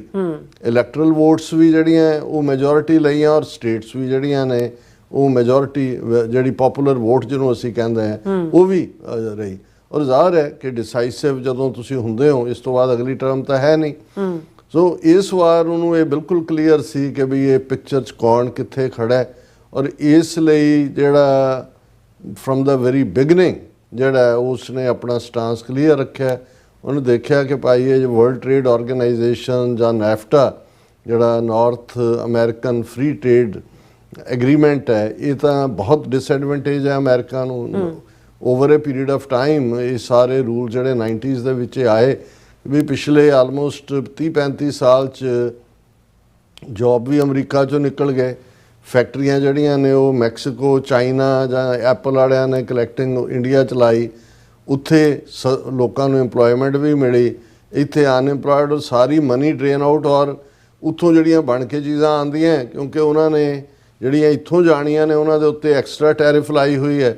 ਇੱਥੇ ਅਮਰੀਕਾ 'ਚ ਇੰਡੀਆ ਇੰਜੋਏ ਕਰ ਰਿਹਾ ਸੀ ਮੋਸਟ ਫੇਵਰਡ ਨੇਸ਼ਨ ਸਟੇਟਸ, ਵੀ ਇੱਥੇ ਉਹਨਾਂ ਨੇ ਕੁਝ ਨਹੀਂ ਦੇਣਾ। ਔਰ ਇਹ ਨਹੀਂ ਹੈ ਕਿ ਵੀ ਸ਼ੁਰੂ 'ਚ ਤਾਂ ਲੱਗਦਾ ਸੀ, ਸਾਨੂੰ ਵੀ ਲੱਗਦਾ ਸੀ ਕਿ ਵੀ ਸ਼ਾਇਦ ਇੱਕ ਪੈਂਡੋਰਾਸ ਬਾਕਸ ਖੋਲ੍ਹ ਲਿਆ ਜਿਹਦੇ ਥੱਲੇ ਜਿਹੜਾ ਉਹ ਬਿਆਨਬਾਜ਼ੀਆਂ ਹੋ ਰਹੀਆਂ, ਪਰ ਉਹ ਬਿਲਕੁਲ ਕਲੀਅਰ ਸੀ ਪ੍ਰੈਜ਼ੀਡੈਂਟ ਟਰੰਪ ਵੀ ਉਹ ਕਿੱਧਰ ਨੂੰ ਹੈਡ ਕਰ ਰਿਹਾ। ਉਹਨੇ ਪਹਿਲੀ ਸਟੇਜ ਤੇ ਹੀ ਸਾਰਿਆਂ ਨੂੰ ਹੀ ਝਟਕਾ, ਸਣੇ ਨੈਟੋ ਦੇ, ਸਣੇ ਜਿਹੜੀ ਹੈ ਉਹ ਕਾਮਨਵੈਲਥ ਦੇ, ਕੈਨੇਡਾ ਵਰਗਾ ਮੁਲਕ ਜਿਹਨੂੰ ਜਿਹੜਾ ਬ੍ਰਦਰਲੀ ਸੀ ਕਿ ਵੀ ਲਿਆਓ ਤੁਸੀਂ ਵੀ ਸੁੱਟੋ ਪੈਸੇ, ਮੈਕਸੀਕੋ ਇਹ ਉਹ। ਸੋ ਇਹ ਜਿਹੜਾ ਇੱਕ ਅੰਦਾਜ਼ ਹੁੰਦਾ ਹੈ, ਔਰ ਜਿਸ ਅੰਦਾਜ਼ ਉਹਨੇ ਫਿਰ ਸ਼ੌਕ ਵੇਵਸ ਭੇਜੀਆਂ, ਫਿਰ ਹੌਲੀ ਹੌਲੀ ਹੌਲੀ ਜਿਹੜਾ ਹੈ ਉਹਨਾਂ ਨੇ ਭਾਅ ਵੀ ਦੱਸਿਆ, ਫਿਰ ਕਿਤੇ ਛੋਟਾਂ ਵੀ ਦੇਣ ਦੀ ਗੱਲ ਕੀਤੀ। ਮਕਸਦ ਸੀ ਕਿ ਆਓ ਡੀਲ ਕਰੋ, ਹੁਣ ਇਹ ਫ੍ਰੀ ਲੰਚ ਨਹੀਂ ਹੈ, ਤੁਸੀਂ ਬਹੁਤ ਫ੍ਰੀ ਲੰਚ ਮਾਣ ਲਿਆ। ਹੁਣ ਉਸ ਸਾਰੇ ਦੇ ਵਿੱਚ ਅਸੀਂ ਦੇਖਦੇ ਹਾਂ ਵੀ ਬੇਸ਼ੱਕ ਟਾਈਮ ਜ਼ਿਆਦਾ ਲੱਗ ਰਿਹਾ, 6 ਮਹੀਨੇ, ਕਿਉਂਕਿ ਆਪਣਾ ਓਥ ਟੇਕਿੰਗ ਦੇ ਨਾਲ ਹੀ ਇਹ ਕੰਮ ਸ਼ੁਰੂ ਕਰ ਲਿਆ ਸੀ, ਲੇਕਿਨ ਹੁਣ ਜਿਹੜੇ ਬੇਬੀ ਸਟੈਪ ਸੀ ਉਹ ਸਕਸੈਸ ਵੱਲ ਜਾਂਦੇ ਨਜ਼ਰ ਆਉਂਦੇ ਨੇ। ਜਿਵੇਂ ਹੁਣ ਯੂਰਪੀਅਨ ਯੂਨੀਅਨ ਦੇ ਨਾਲ ਜਿਹੜੀ ਡੀਲ ਬ੍ਰੇਕ ਕੀਤੀ, ਹਾਲਾਂ ਫਰਾਂਸ ਵੀ ਜਿਹੜਾ ਉਹ ਲਾਲ ਪੀਲਾ ਹੋ ਰਿਹਾ ਹੈ, ਜਰਮਨੀ ਵੀ ਹੋ ਰਹੀ ਹੈ, ਲੇਕਿਨ ਉਹਨਾਂ ਨੂੰ ਵੀ ਲੱਗਾ ਕਿ ਭਾਈ ਹੁਣ ਫ੍ਰੀ ਲੰਚ ਨਹੀਂ ਹੈ, ਇੰਨੇ ਕੁ ਤੇ ਸਾਨੂੰ ਕਰਨਾ ਹੀ ਪੈਣਾ। ਔਰ ਇਸੇ ਤਰ੍ਹਾਂ ਜਿਹੜਾ ਵੀਅਤਨਾਮ ਦੇ ਨਾਲ, ਇੰਡੋਨੇਸ਼ੀਆ ਦੇ ਨਾਲ ਇਹ ਸਾਰਾ ਚੱਲ ਰਿਹਾ ਸੀ। ਹੁਣ ਇੰਡੀਆ, ਜਿਸ ਬਾਰੇ ਆਪਣੇ ਇਲੈਕਸ਼ਨ ਕੈਂਪੇਨ ਦੌਰਾਨ ਵੀ ਟਰੰਪ ਨੇ ਕਿਹਾ ਸੀ ਕਿ ਵੀ India is king of tariff, ਬਾਦਸ਼ਾਹ ਹੈ ਟੈਰਿਫ ਨਾਲ। ਫਿਰ ਉਹਨੂੰ ਕਿਹਾ ਦੇ ਆਰ ਵੈਰੀ ਟਫ ਨੈਗੋਸ਼ੀਏਟਰਸ, ਔਰ ਸਭ ਤੋਂ ਜ਼ਿਆਦਾ ਟੈਰਿਫ ਦੁਨੀਆ 'ਚ ਜੇ ਅਮਰੀਕਨ ਚੀਜ਼ਾਂ ਦੇ ਉੱਤੇ ਕੋਈ ਲਾਉਂਦਾ ਤਾਂ ਭਾਰਤ ਲਾਉਂਦਾ। ਇਹ ਕੰਸਿਸਟੈਂਟ ਸੀ ਟਰੰਪ ਦਾ। ਪਰ ਨਾਲ ਦੀ ਨਾਲ ਕਹਿੰਦਾ ਸੀ Modi my friend, India my friend, ਇਹ ਉਹ। ਤੇ ਭਾਰਤ ਵਾਲੇ ਕਿਉਂਕਿ ਉਹਨਾਂ ਦਾ ਆਪਣਾ ਜਿਹੜਾ ਅੰਦਾਜ਼ ਤਾਂ ਇਹੀ ਹੈ ਨਾ ਕਿ ਮੂੰਹ ਮੇ ਰਾਮ ਰਾਮ ਬਗਲ ਮੇ ਛੁਰੀ ਹੈ, ਲੇਕਿਨ ਉਹ ਸਮਝਦੇ ਸੀ ਵੀ ਇਹ ਮੂੰਹ ਮੇ ਰਾਮ ਰਾਮ ਬਗਲ ਮੇ ਛੁਰੀ ਦੇ ਅਸੀਂ ਮਾਸਟਰ ਹੈ, ਤੇ ਅਸੀਂ ਹਰ ਇੱਕ ਨੂੰ ਜਿੱਥੇ ਮਰਜ਼ੀ ਜਿਹੜਾ ਹੈ ਉਹ ਆਪਣੇ ਹਿੱਤਾਂ ਲਈ ਵਰਤ ਲੈਂਦੇ। ਔਰ ਉਹ ਉਹਨਾਂ ਨੇ ਕੋਲਡ ਵਾਰ ਦੇ ਪੀਰੀਅਡ 'ਚ ਵੀ ਦੋਨੋਂ ਪਾਸਿਓਂ, ਇੱਕ ਪਾਸਿਓਂ ਮਲਾਈ ਖਾਧੀ, ਇੱਕ ਪਾਸਿਓਂ ਰਬੜੀ ਖਾਧੀ, ਸੋਵੀਅਤ ਯੂਨੀਅਨ ਅਮਰੀਕਾ। ਫਿਰ ਜਿਹੜਾ ਉਹ ਜਦੋਂ ਕਲੈਪਸ ਹੋਇਆ ਸੋਵੀਅਤ ਯੂਨੀਅਨ ਦਾ, ਅਮਰੀਕਾ ਵੱਲ ਥੋੜ੍ਹੇ ਜਿਹੇ ਝੁਕੇ, ਫਿਰ ਜੇ ਰਸ਼ੀਆ ਦਾ ਰਾਈਜ਼ ਹੋਇਆ ਫਿਰ ਉਧਰ ਜਾ ਵੜੇ। ਫਿਰ ਇਹ ਸਾਰੇ ਮੁੱਦੇ ਦੇ ਉੱਤੇ, ਯੂਕਰੇਨ ਦੇ ਮੁੱਦੇ 'ਤੇ ਜਿਹੜੀ ਜਿੱਥੇ ਬਾਈਡਨ ਨੇ ਅਮਰੀਕਾ ਦੇ ਸਾਰੇ ਇੰਟਰਸਟ ਨੂੰ ਜਿਹੜਾ ਉਹ ਦਾਅ 'ਤੇ ਲਾ ਦਿੱਤਾ, ਉੱਥੇ ਉਹ UN ਜਨਰਲ ਅਸੈਂਬਲੀ ਜਾਂ ਦੂਜੇ 'ਚ ਵੀ ਰੂਸ ਦੇ ਹੱਕ 'ਚ ਈਵਨ ਉਹਨੂੰ ਐਗਰੈਸਰ ਨਹੀਂ ਕਿਹਾ ਅਜੇ ਤੱਕ, ਹਮਲਾਵਰ ਕਹਿਣ ਨੂੰ ਤਿਆਰ ਨਹੀਂ। ਜੈਨੋਸਾਈਡ ਜਾਂ ਦੂਜੇ ਦਾ ਜੋ ਨੈਤਨਯਾਹੂ ਕਰ ਰਿਹਾ ਉਹਨੂੰ ਕੀ ਕਹਿਣਾ ਸੀ। ਸੋ ਇਸ ਸਾਰੇ ਦੇ ਚੱਲਦਿਆਂ ਪ੍ਰੈਜ਼ੀਡੈਂਟ ਟਰੰਪ ਨੇ ਜਿਹਦੇ 'ਚ ਉਹ ਅਕਸਰ ਇੱਕ ਪੰਜਾਬੀ 'ਚ ਕਹਿੰਦੇ ਨੇ ਕਿ ਵੀ ਜਿਹੜੇ ਰੋਗ ਨਾਲ ਬੱਕਰੀ ਮਰ ਗਈ ਉਹੀ ਰੋਗ ਪਠੋਰੇ ਨੂੰ। ਹੁਣ ਜਿਹੜੇ ਇਹਨਾਂ ਦੇ ਆਪਣੇ ਵੈਪਨ ਸੀ, ਮੈਨੂੰ ਲੱਗਦਾ ਵੀ ਟਰੰਪ ਨੇ ਬਹੁਤ ਚੰਗੀ ਤਰ੍ਹਾਂ ਹਿੰਦੂ ਸਾਈਕੀ ਨੂੰ ਸਮਝਿਆ, ਇਹਨਾਂ ਸਾਰਿਆਂ ਦੀ ਖੇਡ ਨੂੰ ਸਮਝਿਆ, ਔਰ ਬੜੇ ਮਿੱਠੇ ਅੰਦਾਜ਼ ਦੇ ਵਿੱਚ ਮੋਢੀ ਵੀ ਕਰੀ ਗਿਆ, ਯਾਰ ਵੀ ਕਰੀ ਗਿਆ। ਪਰ ਨਾਲ ਦੀ ਨਾਲ ਇਹਨਾਂ 6 ਮਹੀਨਿਆਂ 'ਚ ਪਹਿਲਾਂ ਤਾਂ ਮੋਦੀ ਨੂੰ ਸੱਦ ਕੇ ਜਿਵੇਂ ਪ੍ਰੈਸ ਕਾਨਫਰੰਸ ਖੂੰਜੇ ਲਾ ਕੇ ਇਕੱਲੇ ਖੜਾ ਕਰਕੇ ਉਸ ਨੂੰ ਜਿਹੜਾ ਉਹਦੀ ਔਕਾਤ ਦੱਸੀ, ਔਰ ਇਨੋਗ੍ਰੇਸ਼ਨ ਦੇ ਉੱਤੇ ਇਨਵਾਈਟ ਤੱਕ ਨਾ ਕਰਨਾ, ਇਹ ਵੀ ਇੱਕ ਬੜਾ ਕਲੀਅਰ ਮੈਸੇਜ ਸੀ। ਐਸ ਜੈ ਸ਼ੰਕਰ 3 ਹਫ਼ਤੇ ਇੱਥੇ ਬੈਠਾ ਰਿਹਾ, ਔਰ ਕਿੰਨੇ ਹੋਰ ਮੌਕਿਆਂ 'ਤੇ ਜਦੋਂ ਕਿ ਚਾਈਨਾ ਦੇ ਪ੍ਰੈਜ਼ੀਡੈਂਟ ਨੂੰ ਇਨਵਾਈਟ ਕੀਤਾ। ਸੋ ਇਹ ਸਾਰੀ ਬੈਕਗਰਾਊਂਡ 'ਚ ਪਰ ਇੰਡੀਆ ਨੇ ਵੀ, ਕਿਉਂਕਿ ਉਹ ਵੀ ਇਹਦੇ 'ਚ ਕੋਈ ਸ਼ੱਕ ਨਹੀਂ ਹੈ ਕਿ ਬਾਣੀਏ ਜਿਹੜੇ ਨੇ ਉਹ ਟਫ ਨੈਗੋਸ਼ੀਏਟਰ, ਤਾਂ ਕੀ ਮਤਲਬ ਉਹਨਾਂ ਨੇ ਤਾਂ ਹੱਥੋਂ ਕੁਝ ਛੱਡਣਾ ਹੀ ਨਹੀਂ ਹੁੰਦਾ। ਬਾਣੀਆਂ ਬਾਰੇ ਹੁੰਦਾ ਵੀ ਉਹ ਮੁੱਠੀ ਘੁੱਟ ਲੈਣ ਤੇ ਭਾਵੇਂ ਬਾਕੀ ਸਾਰੀ ਬਾਡੀ ਉਹਨਾਂ ਦੀ ਪੁੱਠੀ ਹੋ ਜਾਏ, ਮੁੱਠੀ ਨਹੀਂ ਖੋਲ੍ਹਦੇ ਹੈ। ਸੋ ਹੈ ਤਾਂ ਐਟੀ ਜੋ ਇਹੀ ਸਰ ਕਪੂਰ ਸਿੰਘ ਨੇ ਜਦੋਂ ਸਿੱਖ ਕੌਮ ਦੇ ਹਵਾਲੇ ਨਾਲ ਕਿਹਾ ਕਿ ਭਾਈ ਅੰਗਰੇਜ਼ਾਂ ਦੇ ਨਾਲ ਡੀਲ ਕਰਦਿਆਂ ਜਾਂ ਜਾਂਦਿਆਂ ਦਾ ਕੁਛ ਸਾਨੂੰ ਮਿਲ ਜਾਣਾ ਸੀ, ਹੁਣ ਅਸੀਂ ਉਹਨਾਂ ਦੇ ਹੱਥ ਆ ਗਏ ਹਾਂ ਬ੍ਰਾਹਮਣ ਬਾਣੀਏ ਦੇ, ਜਿਹੜੇ ਮੁੱਠੀ ਜਿਹਨਾਂ ਦੀ ਖੁਲਾਣੀ ਸੌਖੀ ਨਹੀਂ ਹੁੰਦੀ। ਪਰ ਟਰੰਪ ਨੇ ਤਾਂ ਗੁੱਟ ਦੇ ਉੱਤੇ ਗੰਡਾਸਾ ਮਾਰਿਆ, ਉਹਨੇ ਕਿਹਾ ਚਲੋ ਸਣੇ ਸਾਰੀ ਤੁਹਾਡਾ ਬਾਹਰ। ਹੁਣ ਇਹ ਜਿਹੜਾ ਚੱਲ ਰਿਹਾ ਸੀ, ਉਹਨਾਂ ਨੇ ਵੱਡੀ ਟੀਮਾਂ ਭੇਜੀਆਂ, ਪੀਯੂਸ਼ ਗੋਇਲ ਉਹਨਾਂ ਦਾ ਕਮਰਸ ਮਿਨਿਸਟਰ ਆਇਆ, ਫਿਰ ਚਲਾ ਗਿਆ। ਹੁਣ ਵੀ ਸੀ ਕਿ ਜੀ ਇੱਕ ਟੀਮ ਜਿਹੜੀ ਹੈ ਉਹ ਇੰਨੇ ਅਗਸਤ ਨੂੰ ਜਿਹੜੀ ਹੈ ਅਮਰੀਕਾ ਦੀ ਹੁਣ ਭਾਰਤ ਆਏਗੀ। ਇੰਡੀਆ ਵਾਲੇ ਆਪਣੀ ਜਿਹੜੀ ਨੈਗੋਸ਼ੀਏਟਿੰਗ ਟੀਮ ਹੈ ਉਹ ਪਿਛਲੇ ਹਫ਼ਤੇ ਵਾਪਸ ਚਲੇ ਗਏ ਕਿ ਜੀ ਅਸੀਂ ਮਿੰਨੀ ਡੀਲ ਕਰ ਰਹੇ, ਔਰ ਜਿਹੜੇ ਉਹਨਾਂ ਨੇ ਕਿਹਾ ਜੀ ਅਸੀਂ ਆਪਣੀਆਂ ਸ਼ਰਤਾਂ ਦੇ ਦਿੱਤੀਆਂ, ਹੁਣ ਅਮਰੀਕਾ ਨੇ ਦੇਖਣਾ ਮੰਨਣਾ। ਹੁਣ 31 ਜਿਹੜਾ ਜੁਲਾਈ ਹੈ ਉਹ ਲਾਸਟ ਸੀ ਜਿਹੜੀ ਨੈਗੋਸ਼ੀਏਸ਼ਨ, ਲੇਕਿਨ ਐਨ 2 ਦਿਨ ਪਹਿਲੇ ਹਾਲਾਂ ਜਸਟ ਪਿਛਲੀ ਰਾਤ ਆਪਣੇ ਜਹਾਜ਼ ਦੇ ਉੱਤੇ ਜਦੋਂ ਸਕਾਟਲੈਂਡ ਤੋਂ ਟਰੰਪ ਆਇਆ, ਹਿੰਟ ਆਊਟ ਉਹਨੇ ਕਰ ਦਿੱਤਾ ਸੀ, ਪਰ ਉਹਨੇ ਕਿਹਾ ਸੀ ਵੀ ਅਜੇ ਡੀਲ ਸਟ੍ਰਾਈਕ ਤੇ ਉਹਨੇ ਫਿਰ ਅਗੇਨ ਕਿਹਾ ਸੀ ਵੀ ਇੰਡੀਆ ਬਹੁਤ ਜ਼ਿਆਦਾ ਇਹਨਾਂ ਨੇ ਟੈਰਿਫ ਲਾਏ ਨੇ ਔਰ ਇਹ ਉਹ। ਲੇਕਿਨ ਜਦੋਂ ਫਿਰ ਉਹ ਕਹਿੰਦੇ ਨੇ ਕਿ ਟਰੰਪ ਸਵੇਰੇ ਲੇਟ ਤੱਕ ਰਾਤ ਜਾਗਦਾ ਰਹਿੰਦਾ ਹੈ, ਪਤਾ ਨਹੀਂ ਉੱਠ ਕੇ ਲਿਖਦਾ ਵੀ ਹੱਥ ਨਾਲ ਹੀ ਹੈ, ਤੇ ਉਹਨੇ ਫਿਰ ਜਿਹੜਾ ਫਰਮਾਨ ਸ਼ਾਹੀ ਕੱਢ ਦਿੱਤਾ ਤੇ ਸ਼ਾਹੀ ਫਰਮਾਨ ਜਿਹੜਾ ਐਗਜ਼ੈਕਟ ਉਹਨਾਂ ਦਾ ਜਿਹੜਾ ਉਹਨਾਂ ਦਾ ਆਪਣਾ ਸੋਸ਼ਲ ਅਕਾਊਂਟ ਹੈ ਟਰੂਥ, ਉਸ ਦੇ ਉੱਤੇ ਜੇ ਉਹਨਾਂ ਦੇ ਲਫ਼ਜ਼ ਨੇ ਔਰ ਉਹਦੇ 'ਚ ਮੈਂ ਜਿਹੜਾ ਉਹਨਾਂ ਨੂੰ ਹੀ ਟਰਾਂਸਲੇਟ ਕਰਨਾ ਚਾਹਾਂਗਾ। ਉਹਨਾਂ ਨੇ ਕਿਹਾ ਕਿ remember while India is our friend we have over the years done relatively little business with them because their tariffs are far too high, among the highest in the world, and they have the most strenuous and obnoxious non-monetary trade barriers of any country. ਅੰਗਰੇਜ਼ੀ ਦੇ ਲਫ਼ਜ਼ਾਂ ਤੋਂ ਹੀ ਅੰਦਾਜ਼ਾ ਹੋ ਜਾਂਦਾ ਹੈ ਕਿ ਵੀ Trump ਕਿਵੇਂ ਜਦੋਂ ਲਿਖ ਵੀ ਰਿਹਾ ਹੋਏਗਾ, ਉਹਨੇ 2 ਵਾਰੀ ਇਵੇਂ ਕੀਤਾ ਹੋਣਾ, ਉਹਨੇ ਕਿਹਾ ਵੀ ਉਹਨੇ ਕਿਹਾ ਵੀ ਭਾਵੇਂ ਭਾਰਤ ਸਾਡਾ ਦੋਸਤ ਹੋਣ ਦਾ ਦਾਅਵਾ ਕਰਦਾ ਹੈ, ਪਰ ਕਈ ਸਾਲਾਂ ਤੋਂ ਅਸੀਂ ਉਹਨਾਂ ਦੇ ਨਾਲ ਬਹੁਤ ਘੱਟ ਬਿਜ਼ਨਸ ਕੀਤੀ ਹੈ, ਕਿਉਂਕਿ ਇੰਡੀਆ ਦੀ ਆਲਮੋਸਟ 142 ਕਿ ਕਿੰਨੇ ਬਿਲੀਅਨ ਡਾਲਰ ਦੀ ਟ੍ਰੇਡ ਹੈ ਅਮਰੀਕਾ ਨਾਲ, ਉਹਦੇ 'ਚ 44 ਕਿ 45 ਬਿਲੀਅਨ ਡਾਲਰ ਸਰਪਲਸ ਹੈ ਇੰਡੀਆ ਦੇ ਮਾਮਲੇ 'ਚ, ਕਿਉਂਕਿ ਅਮਰੀਕਾ ਤਾਂ ਲਾਉਂਦਾ ਨਹੀਂ ਸੀ ਕੋਈ ਵੀ ਟੈਰਿਫ, ਉਹਨਾਂ ਨੇ ਕੰਮ ਚੱਕਿਆ ਹੋਇਆ ਸੀ। ਉਹਨੇ ਕਿਹਾ ਕਿ ਵੀ ਇਹ ਇੰਨੇ ਹਾਈ ਉਹਨਾਂ ਦੇ ਟੈਰਿਫ ਨੇ, ਹਾਈਐਸਟ ਇਨ ਦਾ ਵਰਲਡ, ਦੁਨੀਆ ਦੇ ਹਰ ਮੁਲਕ ਨਾਲੋਂ ਜ਼ਿਆਦਾ, ਔਰ ਉਹ ਸਭ ਤੋਂ ਜ਼ਿਆਦਾ ਉਹਨਾਂ ਦੀਆਂ ਨਾਨ ਮੋਨੀਟਰੀ ਉਹਨਾਂ ਨੂੰ ਵਪਾਰਕ ਜਿਹੜਾ ਅਦਾਰਾ ਹੈ ਉਸ ਦੀ ਅਬਨੋਕਸ਼ੀਅਸ ਵੀ ਨੈਗੇਟਿਵ ਲਫ਼ਜ਼ ਹੁੰਦਾ ਹੈ ਬਹੁਤ ਕਿ ਵੀ ਉਹ ਗੰਦ ਹੈ ਇਹ ਵਪਾਰਕ ਦਾ, ਔਰ ਇਸ ਕਿਸਮ ਦੇ ਟ੍ਰੇਡ ਬੈਰੀਅਰ ਉਹਨਾਂ ਨੇ ਲਾਏ ਹੋਏ ਨੇ। ਦੈਨ ਆਲਸੋ ਹੁਣ ਇਹ ਜਿਹੜਾ ਟੈਰਿਫ ਤਾਂ ਸ਼ਾਇਦ ਇੰਡੀਆ ਐਕਸਪੈਕਟ ਕਰਦਾ ਸੀ ਕਿ ਉਹ ਲਾਣਗੇ, ਫਿਰ ਨੈਗੋਸ਼ੀਏਸ਼ਨ ਹੋਏਗੀ, ਅਜੇ ਗੱਲ ਮੁੱਕੀ ਨਹੀਂ ਹੈ, ਨੈਗੋਸ਼ੀਏਸ਼ਨ ਹੋਏਗੀ। ਜੇ ਹੁਣ 25% ਲਾਏ ਨੇ, ਹੋ ਸਕਦਾ 15 ਦੇ ਉੱਤੇ ਜਾ ਕੇ ਐਂਡ ਹੋ ਜਾਏ, ਉਹਨੇ ਚੈਪਟਰ ਕਲੋਜ਼ ਨਹੀਂ ਕੀਤਾ, ਇਹ ਬਿਜ਼ਨਸਮੈਨ ਦੀ ਇੱਕ ਡੀਲ ਹੈ।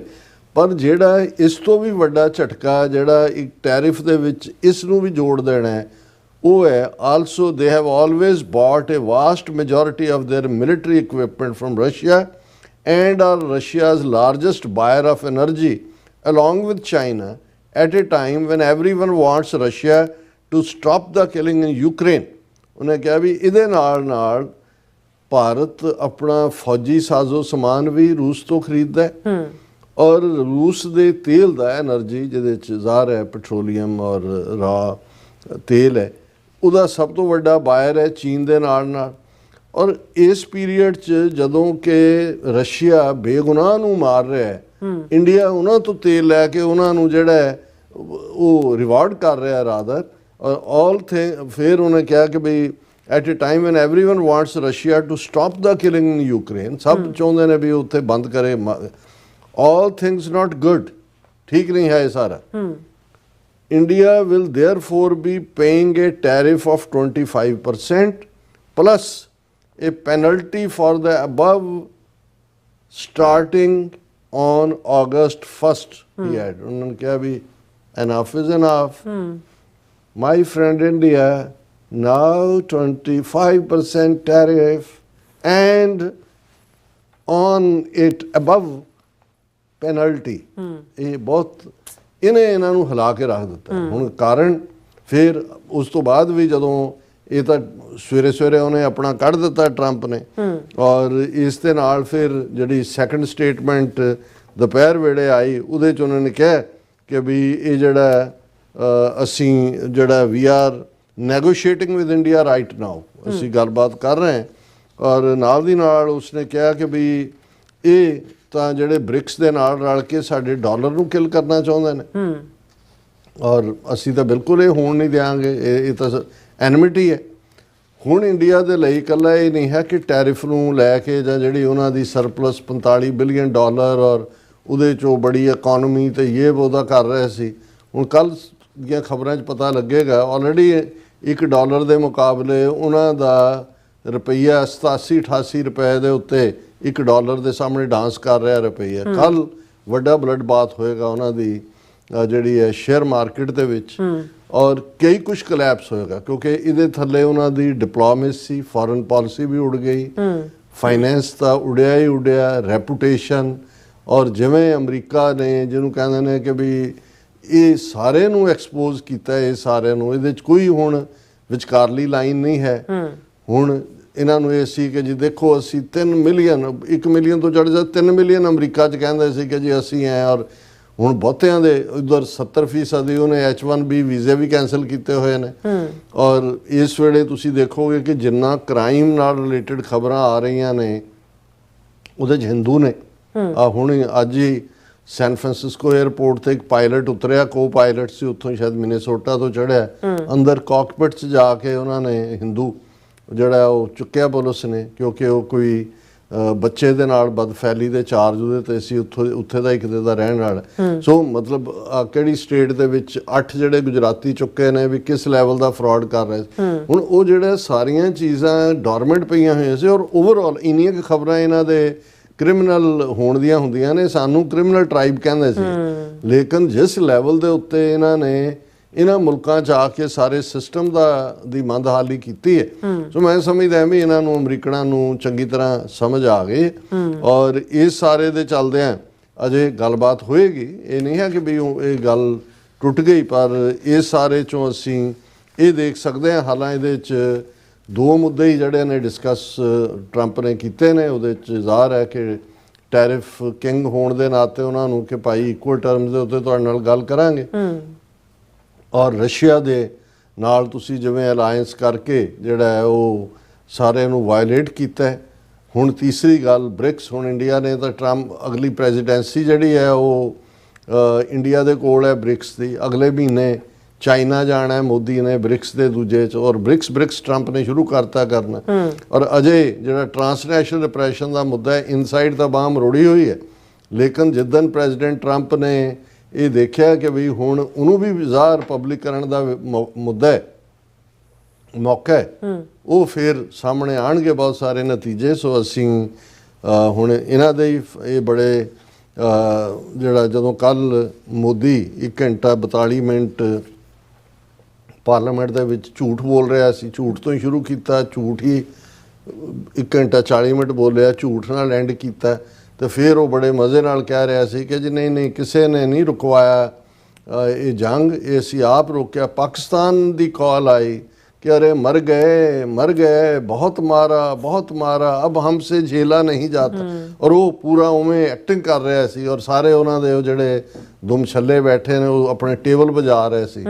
ਤੇ ਮੈਂ ਹੁਣ ਦੇਖਦਾ ਕਿ ਵੀ ਅੱਜ ਜੇ ਉਹਨਾਂ ਦੀਆਂ ਸ਼ਕਲਾਂ ਦੇਖਣੀਆਂ ਹੋਣ ਤੇ ਵੀ ਕੋਈ ਕਿਸੇ ਕੁਰਸੀ ਤੇ ਮੁੱਦਾ ਹੋਣਾ, ਕੋਈ ਕਿਸੇ ਤੇ ਹੋਣਾ, ਜਿਵੇਂ ਮਰੇ ਕੁੱਤੇ ਜਿਹੜੇ ਨੇ ਉਹ ਥਾਂ ਹੀ ਹੁੰਦੇ ਨੇ, ਉਹ ਵੀ ਅਸੀਂ ਡਿਸਕਸ ਕਰਦੇ ਕਿ ਪਰ ਇਹ ਜ਼ਰੂਰ ਹੈ ਕਿ ਭਾਈ ਇਹ ਜਿਹਨੂੰ ਬਹੁਤ ਵਾਰ ਜਿਹੜੇ ਲੋਕ ਇਹ ਸਮਝਦੇ ਹੁੰਦੇ ਨੇ, ਵੈਸੇ ਤਾਂ ਸਾਡੇ ਪੰਜਾਬੀ ਜਗਤ ਨੇ ਬੜੇ ਰਿਚ ਈਡੀਅਮ ਦਿੱਤੇ ਹੋਏ ਨੇ ਕਿ ਸਿਆਣਾ ਕਾਂ ਗੂੰ ਤੇ ਡਿੱਗਦਾ।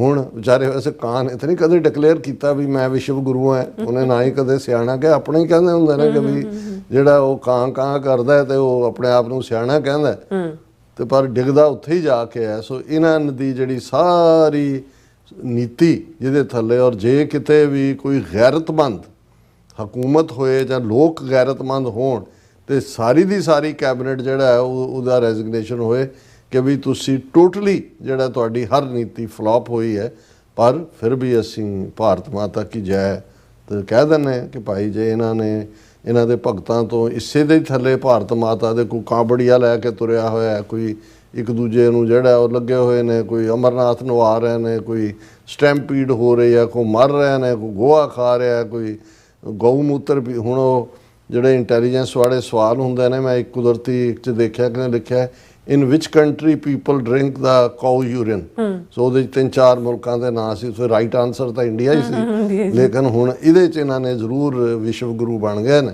ਕਿ ਇਹ ਯੂਨੀਕ ਯੂਰਿਨ ਡਰਿੰਕਿੰਗ ਕੰਟਰੀ ਹੈ। ਜੀ ਰਾਜ ਤੁਹਾਡਾ ਕਾਊ ਬਹੁਤ- ਯੂਰਿਨ।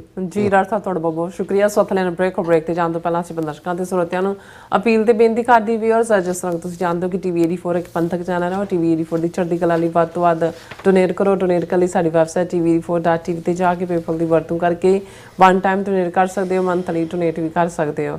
ਤੁਸੀਂ ਟੀਵੀ 84 ਦੇ ਨਾਮ ਤੇ ਚੈੱਕ ਬਣਾ ਕੇ ਸਾਨੂੰ ਮੇਲ ਵੀ ਕਰ ਸਕਦੇ ਹੋ ਸਾਡੇ ਇਸ ਪਤੇ ਤੇ 36-01 37th Avenue, Long Island City, New York 11101 USA, ਜਾਂ ਫਿਰ ਤੁਸੀਂ ਸਾਨੂੰ ਫੋਨ ਰਾਹੀਂ ਵੀ ਸੰਪਰਕ ਕਰ ਸਕਦੇ ਹੋ 5166191984 ਸੇਮ ਨੰਬਰ ਤੇ WhatsApp ਕਰ ਸਕਦੇ ਹੋ ਤੇ ਸਾਨੂੰ ਈਮੇਲ ਵੀ ਕਰ ਸਕਦੇ ਹੋ info@tv84.tv ਤੇ। ਅਸੀਂ ਤੁਹਾਡੇ ਤਹਿ ਦਿਲ ਤੋਂ ਸ਼ੁਕਰਗੁਜ਼ਾਰ ਹੋਵਾਂਗੇ। ਸੋ ਥਲੇ ਬ੍ਰੇਕ ਵੀਅਰਸ, ਜਦੋਂ ਸਾਨੂੰ ਇਸੇ ਤਰ੍ਹਾਂ ਬਣੇ ਰਹਿਣਾ। ਮਿਲਦੇ ਹਾਂ ਆਫਟਰ ਦਿਸ ਸ਼ਾਰਟ ਬ੍ਰੇਕ।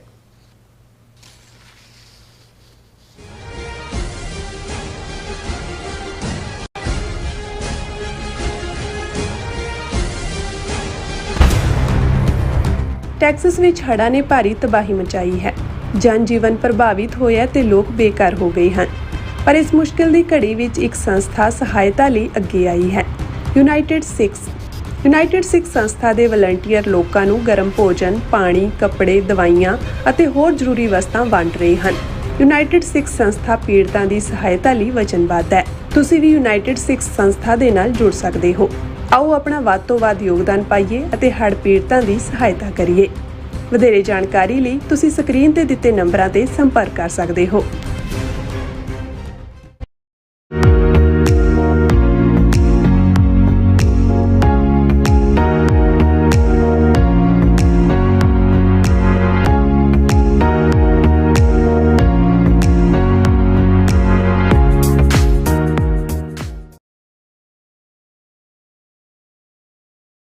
ਕੀ ਤੁਸੀਂ ਰੋਜ਼ਾਨਾ ਕੰਮ ਤੇ ਆਪਣਾ ਵਧੇਰੇ ਸਮਾਂ ਬਿਤਾਉਣ ਤੋਂ ਪਰੇਸ਼ਾਨ ਹੋ? ਆਪਣੀ ਪੂੰਜੀ ਨੂੰ ਕੰਮ ਤੇ ਲਗਾਓ, ਸਾਡੇ ਨਾਲ ਇਨਵੈਸਟ ਕਰੋ। ਅਸੀਂ ਤੁਹਾਡੀ ਪੂੰਜੀ ਤੋਂ ਤੁਹਾਡੇ ਲਈ ਵਧੇਰੇ ਪੈਸੇ ਬਣਾ ਸਕਦੇ ਹਾਂ। ਅਸੀਂ ਪ੍ਰਾਈਵੇਟ ਇਕੁਇਟੀ ਇਨਵੈਸਟਮੈਂਟ ਫਰਮ ਹਾਂ ਤੇ ਕਮਰਸ਼ੀਅਲ ਰੀਅਲ ਏਸਟੇਟ ਵਿੱਚ ਮਾਹਿਰ ਹਾਂ। Property management, leasing, asset management, commercial real estate investment ਵਿੱਚ ਸਾਰੀਆਂ ਸੇਵਾਵਾਂ ਲਈ ਅਮਰੀਕਾ ਭਰ ਵਿੱਚੋਂ ਤੁਸੀਂ ਸਾਡੇ ਤੱਕ ਪਹੁੰਚ ਕਰ ਸਕਦੇ ਹੋ। ਆਜ਼ਾਦ ਕਮਰਸ਼ੀਅਲ ਰੀਅਲਟੀ ਸਰਵਿਸਿਜ਼ ਤੇ Azad family trust, 701 north post oak road, suite number 204, Houston, Texas. ਤੁਸੀਂ ਸਾਨੂੰ ਸਾਡੇ ਫੋਨ ਨੰਬਰ 7136861277 ਤੇ ਵੀ ਸੰਪਰਕ ਕਰ ਸਕਦੇ ਹੋ। Azad commercial realty services.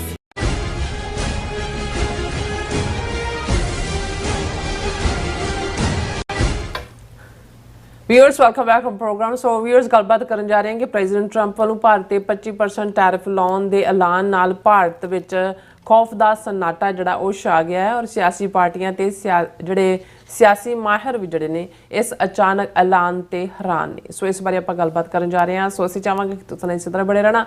ਦੇਖਣ ਸੁਣ ਲਈ ਐਂਡ ਲਿਖਣ ਲਈ ਤੁਹਾਡਾ ਸਭ ਦਾ ਬਹੁਤ ਬਹੁਤ ਧੰਨਵਾਦ। ਜੀ ਡਾਕਟਰ ਸਾਹਿਬ, ਕੀ ਕਹਿਣਾ ਚਾਹੋਗੇ? ਦੇਖੋ, ਜਿਹੜਾ ਸन्नाटा ਹੁੰਦਾ ਹੈ ਦੋ ਹਾਲਤਾਂ ਦੇ ਵਿੱਚ ਹੀ।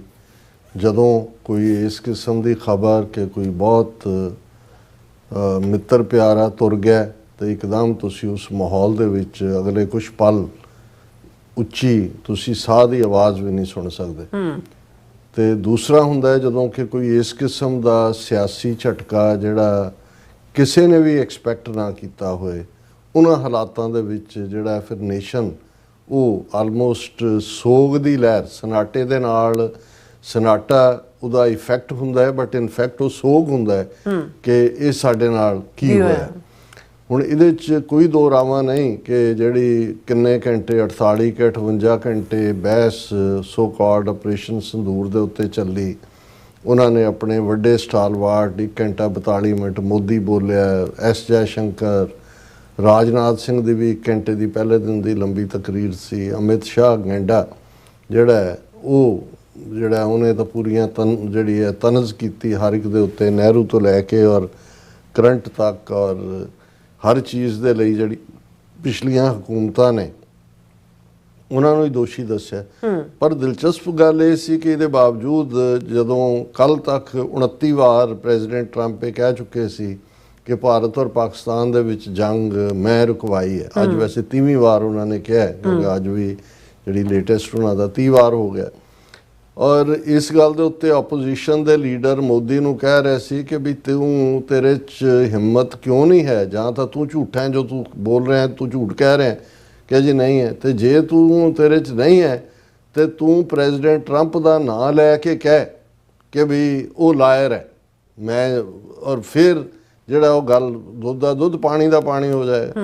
ਸੋ ਨਾ ਤਾਂ ਮੋਦੀ ਜਾਂ ਉਸ ਦੇ ਕਿਸੇ ਹੋਰ ਦੇ ਮੂੰਹੋਂ ਟਰੰਪ ਦਾ ਜਾਂ ਕਿ ਵੀ ਅਮਰੀਕਾ ਨੇ ਇਵੇਂ ਨਹੀਂ ਕੀਤਾ, ਉਹ ਇਹ ਵੀ ਕਹਿ ਰਿਹਾ ਨਹੀਂ ਕਿਸੇ ਦੁਨੀਆ ਦੇ ਦੇਸ਼ ਨੇ ਨਹੀਂ ਮੈਨੂੰ ਕਿਹਾ, ਬ੍ਰਿਕਸ ਨੇ ਨਹੀਂ ਕਿਹਾ, ਜਰਮਨ ਨੇ ਨਹੀਂ ਕਿਹਾ, ਫਲਾਣੇ ਨੇ, ਲੇਕਿਨ ਅਮਰੀਕਾ ਦੇ ਮਾਮਲੇ 'ਚ ਇਵੇਂ ਹੀ ਜਦੋਂ ਉਹਨੇ ਮੁਲਾਇਮ ਸਿੰਘ ਯਾਦਵ ਦਾ ਮੁੰਡਾ ਅਖਿਲੇਸ਼ ਯਾਦਵ ਉਹਨੇ ਚੀਨ ਦੀ ਗੱਲ ਕੀਤੀ ਕਿ ਵੀ ਚੀਨ ਬਾਅਦ ਦੀ ਕਿੰਨੀ ਟੈਰੀਟਰੀ ਜਾਂ ਉਹਨਾਂ ਦਾ, ਤਾਂ ਉਹਦੇ 'ਚੋਂ ਕਿਰਨ ਰਿਜਿਜੂ ਜਾਂ ਦੂਸਰਾ ਕਹਿ ਰਿਹਾ ਬਿਲਕੁਲ ਨਾ ਕੋਈ ਆਇਆ ਨਾ ਕੋਈ ਗਿਆ, ਉਹੀ ਲਾਈਨ ਕਿ not even an inch of Indian territory has been taken by China. ਔਰ ਕਹਿ ਰਹੇ ਜੀ 38,000 ਸਕੁਅਰ ਕਿਲੋਮੀਟਰ ਜਿਹੜਾ ਅਕਸਾਈ ਚਿੰਨ ਦੇ ਵਿੱਚ ਨਹਿਰੂ ਨੇ ਦਿੱਤੀ ਹੋਈ ਹੈ। ਸੋ ਕਹਿਣ ਦਾ ਮਤਲਬ ਇਹ ਹੈ ਵੀ ਨਾ ਚੀਨ ਦਾ ਨਾਂ ਲੈਣ ਨੂੰ ਤਿਆਰ, ਨਾ ਅਮਰੀਕਾ ਦਾ ਨਾਂ ਲੈਣ ਨੂੰ ਤਿਆਰ। ਵੈਸੇ ਵਿਸ਼ਵ ਗੁਰੂ, ਬਹਾਦਰ, ਭਾਰਤ ਮਾਤਾ ਦੇ ਸਪੁੱਤਰ, ਇਹ ਉਹ ਦਿਸ ਦੈਟ। ਸੋ ਜ਼ਾਹਰ ਹੈ ਕਿ ਵੀ ਇਹ ਜੇ ਤਾਂ ਕੋਈ ਗੈਰਤ ਜਾਂ ਅਣਖ ਵਾਲਾ ਮੁਲਕ ਹੁੰਦਾ ਜਾਂ ਦੂਸਰਾ ਜਿਵੇਂ ਟਰੰਪ ਨੇ ਰਗੜਾ ਦਿੱਤਾ ਤੇ ਉਹਨਾਂ ਦੇ ਪੱਲੇ ਕੋਈ ਸੱਚ ਹੁੰਦਾ ਫਿਰ ਤਾਂ ਰਿਐਕਸ਼ਨ ਡਿਫਰੈਂਟ ਹੋਣਾ ਸੀ। ਹੁਣ ਰਿਐਕਸ਼ਨ ਕੀ ਹੈ?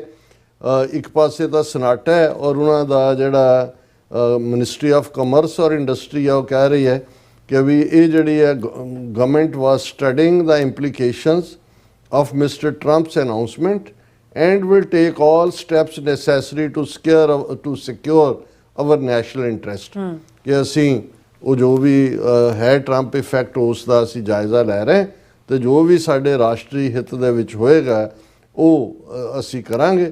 ਔਰ ਇੰਨੇ ਕੁ ਰਿਐਕਸ਼ਨ ਦੇ ਨਾਲ ਹੁਣ RSS, ਕਿਉਂਕਿ ਅਲਟੀਮੇਟਲੀ ਇਹ ਸਾਰਾ ਦੁਮਛੱਲੇ ਤਾਂ RSS ਦੇ ਨੇ, BJP RSS ਦਾ ਇਕਨੋਮਿਕਲ ਵਿੰਗ ਹੈ ਜਿਸ ਨੇ ਇਹਨਾਂ ਦੇ ਇਸ ਦੇ ਉੱਤੇ ਰਿਐਕਸ਼ਨ ਦਿੱਤਾ ਹੈ। No country can direct another trade rules, RSS economic wing on US trade tariff. ਉਹਨੇ ਕਿਹਾ ਕਿ ਜੀ ਇਹ ਜਿਹੜਾ ਪ੍ਰੈਜ਼ੀਡੈਂਟ ਟਰੰਪ ਦੀ ਅਨਾਊਂਸਮੈਂਟ 25% ਟੈਰਿਫ ਔਰ ਜੁਰਮਾਨਾ, ਇਸ ਦੇ ਉੱਤੇ ਉਹਨਾਂ ਦਾ ਸਵਦੇਸ਼ੀ ਜਾਗਰਣ ਮੰਚ ਹੈ, ਇਹ ਇਕਨੋਮਿਕ ਵਿੰਗ ਹੈ ਰਾਸ਼ਟਰੀ ਸਵੰਗ ਸੇਵਕ ਸੰਘ ਦਾ। ਉਹਨਾਂ ਨੇ ਕਿਹਾ ਕਿ ਵੀ ਇਹ ਜਿਹੜਾ ਟੈਰਿਫ ਇੰਪੋਜ਼ ਕਰਨਾ ਹੈ ਇਹ ਨੌਨ ਟ੍ਰੇਡ ਇਸ਼ੂ ਹੈ ਔਰ ਇਹ ਇਨਕਰੈਕਟ ਹੈ ਕਿਉਂਕਿ ਕੋਈ ਵੀ ਮੁਲਕ ਜਿਹੜਾ ਉਹ ਟ੍ਰੇਡ ਰੂਲਸ ਇਸ ਦੇ ਤਰ੍ਹਾਂ ਨਹੀਂ ਸੈੱਟ ਕਰ ਸਕਦਾ ਕਿ ਉਹਦੇ 'ਚ ਸਿਆਸੀ ਐਂਗਲ ਵੀ ਹੋਏ। ਹੁਣ ਉਹਦੀ ਉਹ ਇਹ ਕਹਿ ਰਿਹਾ ਕਿ ਜਿਹੜਾ ਸਾਡੇ ਤੇ 25% ਟੈਰਿਫ ਲਾਇਆ ਉਹਦੇ 'ਚ ਉਹਨਾਂ ਨੇ ਕਿਹਾ ਕਿ ਵੀ ਇੰਡੀਆ ਦੇ ਟੈਰਿਫ ਰੇਟ ਬਹੁਤ ਹਾਈ ਨੇ, ਪਰ ਉਹਨੇ ਕਿਹਾ ਜੀ ਇੰਡੀਆ ਤਾਂ ਜਿਹੜਾ ਹੈ ਉਹ ਜਿਹੜੀਆਂ ਵਰਲਡ ਟ੍ਰੇਡ ਆਰਗੇਨਾਈਜੇਸ਼ਨ ਦੇ ਰੂਲ ਨੇ ਉਹਦੇ ਤਹਿਤ ਹੀ ਪਲੇ ਕਰਦਾ ਔਰ ਅਸੀਂ ਕਿਸੇ ਦੀਆਂ ਵੀ ਸੈਂਕਸ਼ਨਸ ਨੂੰ ਰੈਕਗਨਾਈਜ਼ ਨਹੀਂ ਕਰਦੇ ਸਿਵਾਏ ਯੂਨਾਈਟਿਡ ਨੇਸ਼ਨਸ ਦੀਆਂ। ਔਰ ਜਿਹੜੀ ਵੀ ਕੋਈ ਹੋਰ ਕੰਟਰੀ ਇੰਡੀਆ 'ਤੇ ਦਬਾਅ ਬਣਾਉਣਾ ਚਾਹੇਗੀ ਅਸੀਂ ਉਸ ਨੂੰ ਅਨਜਸਟ ਮੰਨਦੇ ਹਾਂ, ਗੈਰ ਇਨਸਾਫੀ ਮੰਨਦੇ ਹਾਂ। How can US tell India who do we buy oil or arms from? ਇਹ ਅਮਰੀਕਾ ਕੌਣ ਹੁੰਦਾ? ਹੁਣ ਇਹ RSS ਤੋਂ ਕੁਆ ਰਹੇ ਨੇ ਇਹ ਗੱਲ। ਮੋਦੀ, S ਜੈਸ਼ੰਕਰ, ਰਾਜਨਾਥ ਸਿੰਘ, ਅਮਿਤ ਸ਼ਾਹ, ਉਹਨਾਂ ਦੇ ਤਾਂ ਉਹ ਗਲੇ 'ਚੋਂ ਮੂੰਹ 'ਚੋਂ ਅਮਰੀਕਾ ਔਰ ਚੀਨ ਲਫ਼ਜ਼ ਨਿਕਲਦਾ ਨਹੀਂ, ਪਰ ਹੁਣ ਉਹਨਾਂ ਨੂੰ ਇਹ ਲੱਗਦਾ ਕਿ ਵੀ ਹੁਣ ਤਾਂ ਉਹਨੇ ਪਲਟਾ ਕੇ ਜਿਹੜਾ ਉਹ ਮਾਰਿਆ ਜ਼ਮੀਨ ਦੇ ਉੱਤੇ। ਹੁਣ ਇਹ ਕਹਿ ਰਿਹਾ ਕਿ how can US tells India who do we buy oil or arms from? ਵੀ ਅਸੀਂ ਤੇਲ ਕਿੱਥੋਂ ਖਰੀਦਣਾ ਹੈ ਜਾਂ ਹਥਿਆਰ ਕਿੱਥੋਂ ਖਰੀਦਣੇ ਨੇ ਇਹ ਸਾਨੂੰ ਕਿਵੇਂ ਦੱਸ ਸਕਦੇ ਨੇ? ਔਰ ਇਹ ਜਿਹੜਾ they are going beyond rules and bringing in non trade issues like questioning our business partners. It's not going to work and it's not as per the rule of the game. Rule of the game, Mr. RSS, ਤੁਸੀਂ set ਨਹੀਂ ਕਰਨੇ। Rule of the game ਉਹੀ set ਕਰਦਾ ਹੁੰਦਾ ਹੈ ਜਿਹਦੀ game ਹੁੰਦੀ ਹੈ, ਬਿਲਕੁਲ, ਜਿਨ੍ਹਾਂ ਦੇ ਕੋਲ ਪਾਵਰ ਹੁੰਦੀ ਹੈ, ਜਿਨ੍ਹਾਂ ਦੇ ਅੱਗੇ ਹਜ਼ੂਰ ਸਾਡੇ ਮਾਈ ਬਾਪ ਕਰਕੇ ਤੁਸੀਂ ਜਿਹੜਾ ਉਹ ਝੁਕਦੇ ਹੋ, ਮੱਥੇ ਟੇਕਦੇ ਹੋ, ਉਹਨਾਂ ਦੀ ਮਦਦ ਲੈਂਦੇ ਹੋ। ਔਰ ਦੂਸਰਾ ਔਰ ਇਸੇ ਪੀਰੀਅਡ ਦੇ ਵਿੱਚ ਜਦੋਂ ਪਹਿਲਾਂ ਤਾਂ ਅਸੀਂ ਜ਼ਿਕਰ ਕੀਤਾ ਹੀ ਹੈ ਕਿ ਪ੍ਰੈਜ਼ੀਡੈਂਟ ਟਰੰਪ ਨੇ ਜਿਹੜਾ ਹੈ ਉਹ ਆਪਣੇ ਸੋਸ਼ਲ ਮੀਡੀਆ ਅਕਾਊਂਟ ਦੇ ਉੱਤੇ ਲਿਖਿਆ ਔਰ ਉਸ ਤੋਂ ਬਾਅਦ ਜਿਹੜਾ ਉਹਨਾਂ ਨੇ ਇੱਕ ਹੋਰ ਜਿਹੜੀ ਕਾਨਫਰੰਸ ਕੀਤੀ ਹੈ ਉਸ ਤੋਂ ਬਾਅਦ ਉਹਦੇ ਸਵਾਲ ਜਦੋਂ ਪੁੱਛਿਆ ਗਿਆ ਤਾਂ ਉਹਦੇ 'ਚ ਉਹਨਾਂ ਨੇ ਫਰਦਰ ਕਲੈਰੀਫਾਈ ਕੀਤਾ terms of the penalties imposed on India, noting New Delhi was part of the BRICS grouping and calling the alliance anti-United States. he further accused the alliance of its attack on the dollar. ਉਹਨੇ ਕਿਹਾ ਵੀ ਇਹ ਜਿਹੜੀ penalty ਜਾਂ ਦੂਜੀ ਅਸੀਂ India ਦੇ ਉੱਤੇ ਵੀ extra ਲਾਈ ਹੈ ਕਿਉਂਕਿ ਇੰਡੀਆ ਬ੍ਰਿਕਸ ਦਾ ਮੈਂਬਰ ਹੈ, ਬ੍ਰਿਕਸ ਐਂਟੀ ਯੂਨਾਈਟਿਡ ਸਟੇਟਸ ਹੈ, ਕਿਉਂਕਿ ਬ੍ਰਿਕਸ ਜਿਹੜਾ ਉਹ ਸਾਡੇ ਡਾਲਰ ਦੇ ਬਰਾਬਰ ਕਰੰਸੀ ਖੜੀ ਕਰਨਾ ਚਾਹੁੰਦਾ ਹੈ, ਡਾਲਰ ਤੇ ਅਟੈਕ ਕਰ ਰਿਹਾ। ਉਹਨਾਂ ਨੇ ਕਿਹਾ we are negotiating right now and it's also BRICS. They have BRICS, which is basically a group of countries that are anti-United States, and India is a member of that, if you can believe it. ਕਹਿੰਦੇ ਤੁਹਾਨੂੰ ਇਹ ਯਕੀਨ ਹੋ ਸਕਦਾ India ਵੀ ਉਹਦਾ member ਹੈ। It's an attack on the dollar and we are not going to let anybody attack the dollar. ਅਸੀਂ ਇਹ ਇੰਡੀਆ ਵਰਗਿਆਂ ਨੂੰ ਇਹ ਅਲਾਉ ਨਹੀਂ ਕਰ ਸਕਦੇ ਵੀ ਸਾਡੇ ਡਾਲਰ ਤੇ ਅਟੈਕ ਕਰਨ। It's partially BRICS and it's partially the trade. This trade situation is a deficit. We had a tremendous deficit. कि भाई ਇਹਨਾਂ ਦੇ ਨਾਲ ਫਿਰ ਉਹਨੇ ਕਿਹਾ ਜੀ ਮੋਦੀ ਮੇਰਾ ਫਰੈਂਡ ਹੈ ਔਰ ਇਹ ਟ੍ਰੇਡ ਡੈਫਿਸਿਟ ਹੈ ਔਰ ਇਹ ਜਿਹੜੇ ਨੇ ਉਹਨਾਂ ਨਾਲ ਬਿਜ਼ਨਸ ਕਰਨੀ ਬਹੁਤ ਟਫ ਹੈ। They sell a lot to us but we don't buy from them. You know why? ਉਹ ਸਾਨੂੰ ਵੇਚਦੇ ਨੇ, ਅਸੀਂ ਨਹੀਂ ਲੈ ਸਕਦੇ। ਪਤਾ ਕਿਉਂ? Because the tariff is so high. They have one of the highest tariffs in the world. Now they are willing to cut it very substantially. ਹੁਣ ਅਸੀਂ ਬਾਹ ਮਰੋੜੀ ਆ, ਹੁਣ ਉਹ ਕੱਟਣ ਨੂੰ ਤਿਆਰ ਨੇ। But we'll see what happens. We are talking to India now. We'll see what happens. So ਇਸ ਸਾਰੇ ਦੇ ਚੱਲਦੇ ਅਸੀਂ ਸਮਝਦੇ ਹਾਂ ਕਿ ਵੀ ਭਾਰਤ ਨੂੰ ਕੱਲਾ ਇੱਕ ਝਟਕਾ ਹੀ ਨਹੀਂ ਮਿਲਿਆ, ਇਹ ਸਾਰਾ ਰੀਸੈਟ ਹੋਏਗਾ। ਹੁਣ ਜਾਂ ਤਾਂ ਅਮਰੀਕਾ ਤੋਂ ਭੱਜ ਕੇ ਜਾ ਕੇ ਜਿਹੜੀ ਪਹਿਲਾਂ ਹੀ ਚੀਨ ਦੇ ਹੁਣ ਪਿਛਲੇ ਮਹੀਨੇ ਦੇ ਵਿੱਚ ਤਿੰਨੋਂ ਹੀ ਜਿਹੜੇ ਨੇ ਅਜੀਤ ਡੋਵਾਲ, ਰਾਜਨਾਥ ਸਿੰਘ ਔਰ ਐਸ ਜੈਸ਼ੰਕਰ ਚੀਨ ਜਾ ਕੇ ਬੈਠੇ ਸੀ। ਚੀਨ ਦਾ ਵੀਜ਼ੇ ਖੋਲ੍ਹ ਦਿੱਤੇ, ਮਾਨਸਰੋਵਰ ਦੀ ਯਾਤਰਾ ਸ਼ੁਰੂ ਹੋ ਗਈ ਔਰ ਹੁਣ ਮੋਦੀ ਨੇ ਨੈਕਸਟ ਮੰਥ ਜਾਣਾ ਹੈ। ਜਾਂ ਤਾਂ ਇਹ ਹੈ ਕਿ ਵੀ ਬਿਲਕੁਲ ਕੱਟ ਆਫ ਹੋ ਕੇ ਜਿਹੜੀ ਚਾਈਨਾ ਰਸ਼ੀਆ ਅਲਾਇੰਸ ਹੈ ਉਹਦਾ ਇੰਡੀਆ ਹਿੱਸਾ ਬਣੇਗਾ, ਜਿਹੜਾ ਸਾਡੇ ਹਿੱਤ 'ਚ ਹੈ। ਸਿੱਖ ਕੌਮ ਦੇ ਨੁਕਤਾ ਨਿਗਾਹ ਤੋਂ ਜੇ ਅਸੀਂ ਗੱਲ ਕਰੀਏ ਤਾਂ ਬੜੀਆਂ ਪੋਜ਼ੀਟਿਵ ਡਿਵੈਲਪਮੈਂਟਸ ਹੋ ਰਹੀਆਂ ਨੇ, ਕਿਉਂਕਿ ਅਲਟੀਮੇਟਲੀ ਇਹ ਇੰਡੀਆ ਦੀ ਔਕਾਤ ਜਿਹੜੀ ਅਸੀਂ ਅਮਰੀਕਨਾਂ ਨੂੰ ਕਹਿੰਦੇ ਰਹੇ ਨਾ ਸਾਰੇ ਪੀਰੀਅਡ ਦੇ ਵਿੱਚ ਕਿ ਭਾਈ ਇਹ ਡੈਮੋਕ੍ਰੇਸੀ ਜਮਹੂਰੀਅਤ ਨਹੀਂ ਹੈ, ਇਹ ਜਮਹੂਰੀਅਤ ਦੇ ਲਬਾਦੇ ਥੱਲੇ ਅਥੋਰੀਟੇਰੀਅਨ ਔਰ ਉਸ ਕਿਸਮ ਦੀ ਇੱਕ ਫਾਸ਼ਿਸਟ ਜਿਹੜੀ ਹੈ ਇਹਨਾਂ ਦੀ ਆਈਡੀਓਲੋਜੀ ਹੈ। ਔਰ ਇਹ ਬਿਲਕੁਲ ਕਮਿਊਨਿਜ਼ਮ ਔਰ ਫਾਸ਼ਿਜ਼ਮ 'ਚ ਕੋਈ ਬਹੁਤਾ ਫਰਕ ਨਹੀਂ, ਆਈਡੀਓਲੋਜੀ ਥੋੜ੍ਹਾ ਬਹੁਤ ਫਰਕ ਹੈ ਲੇਕਿਨ ਕੰਮ ਕਰਨ ਦਾ ਢੰਗ ਉਹੀ ਅਥੋਰੀਟੇਰੀਅਨ। ਔਰ ਦੂਸਰਾ ਇਹਨਾਂ ਨੂੰ ਮਤ ਕੰਪੇਅਰ ਕਰੋ ਕਿ ਜੀ India is the largest democracy and we are the greatest democracy. ਹਾਲਾਂਕਿ ਇਹ ਨਹੀਂ ਹੈ ਵੀ ਇਹਦੇ ਨਾਲ ਕੋਈ ਇੱਕਦਮ ਸਾਰੇ ਅਮਰੀਕਾ ਦੇ ਨਾਲ ਅਜੇ ਜਿਹੜਾ ਹੈ ਉਹ ਰੀਸ਼ਿਫਟ ਹੋਏਗਾ ਸਾਰਾ। ਹਾਲਾਂਕਿ ਇੱਕ ਪਾਸੇ ਇਹ ਚੱਲ ਰਿਹਾ ਜੀ ਇਸਰੋ ਤੇ ਅਮਰੀਕਾ ਨੇ ਮਿਲ ਕੇ ਉਹ ਸੈਟੇਲਾਈਟ ਲਾਂਚ ਕੀਤੀ ਹੈ ਜਿਹੜੇ ਦੁਨੀਆ ਦੇ ਵਿੱਚ ਤੂਫਾਨ ਤੇ ਦੂਜੇ ਤੀਜੇ ਆਉਣੇ ਨੇ ਉਹਨਾਂ ਨੂੰ ਜਿਹੜਾ ਮੋਨੀਟਰ ਕਰਨ ਵਾਲੀ ਹੈ। ਲੌਜਿਸਟਿਕ ਸਾਂਝਾਂ ਪਾਈਆਂ ਹੋਈਆਂ ਨੇ। ਕੁਆਡ ਦੇ ਵਿੱਚ ਕੀ ਬਣੇਗਾ ਇੰਡੀਆ ਦਾ? ਹੁਣ ਇੰਡੀਆ ਜਾਂ ਬ੍ਰਿਕਸ 'ਚ ਬੈਠੇਗਾ ਜਾਂ ਕੁਆਡ 'ਚ ਬੈਠੇਗਾ। ਸੋ ਇਹ ਜਿਹੜਾ ਦੋਰੰਗੀ ਲਾਈਨ ਹੈ ਇਹਦੇ 'ਚੋਂ ਨਿਕਲ ਕੇ ਹੁਣ ਸਰਾਸਰ ਮੋਮ ਹੋ ਜਾਂ ਸੰਗ ਹੋ ਜਾ ਕਿ ਜਾਂ ਪੱਥਰ ਹੋ ਤੇ ਜਾਂ ਮੋਮ ਹੋ। ਸੋ ਅਸੀਂ ਇਹ ਸਮਝਦੇ ਹਾਂ ਵੀ ਅਗਲੇ 24 ਘੰਟੇ ਬਾਅਦ ਕੱਲ੍ਹ ਜਦੋਂ ਅਸੀਂ ਪ੍ਰੋਗਰਾਮ ਕਰ ਰਹੇ ਹੋਵਾਂਗੇ ਤੇ ਭਾਰਤ ਦੀ ਮਾਰਕੀਟ ਦਾ ਕੀ ਹਾਲ ਹੋਇਆ, ਕਿੱਥੇ ਕਿੱਥੇ ਕੀ ਬਲੱਡ ਬਾਥ ਹੋਇਆ, ਇਹ ਸਾਰਾ ਦੱਸੇਗਾ ਕਿ ਭਾਈ ਆਉਣ ਵਾਲੇ ਪੀਰੀਅਡ 'ਚ ਇਹ ਕਿਸ ਰੁਖ ਨੂੰ ਗੱਲ ਬੈਠੇਗੀ। ਬਿਲਕੁਲ ਡਾਕਟਰ ਸਾਹਿਬ, ਤੁਹਾਡਾ ਬਹੁਤ ਬਹੁਤ ਸ਼ੁਕਰੀਆ। ਸੋ ਥੈਲੈਂਡ ਬ੍ਰੇਕ ਵਿਊਅਰਸ, ਤੁਸੀਂ ਇਸੇ ਤਰ੍ਹਾਂ ਬਣੇ ਰਹਿਣਾ। ਮਿਲਦੇ ਹਾਂ ਛੋਟੇ ਜਿਹੇ ਵਕਫੇ ਤੋਂ ਬਾਅਦ।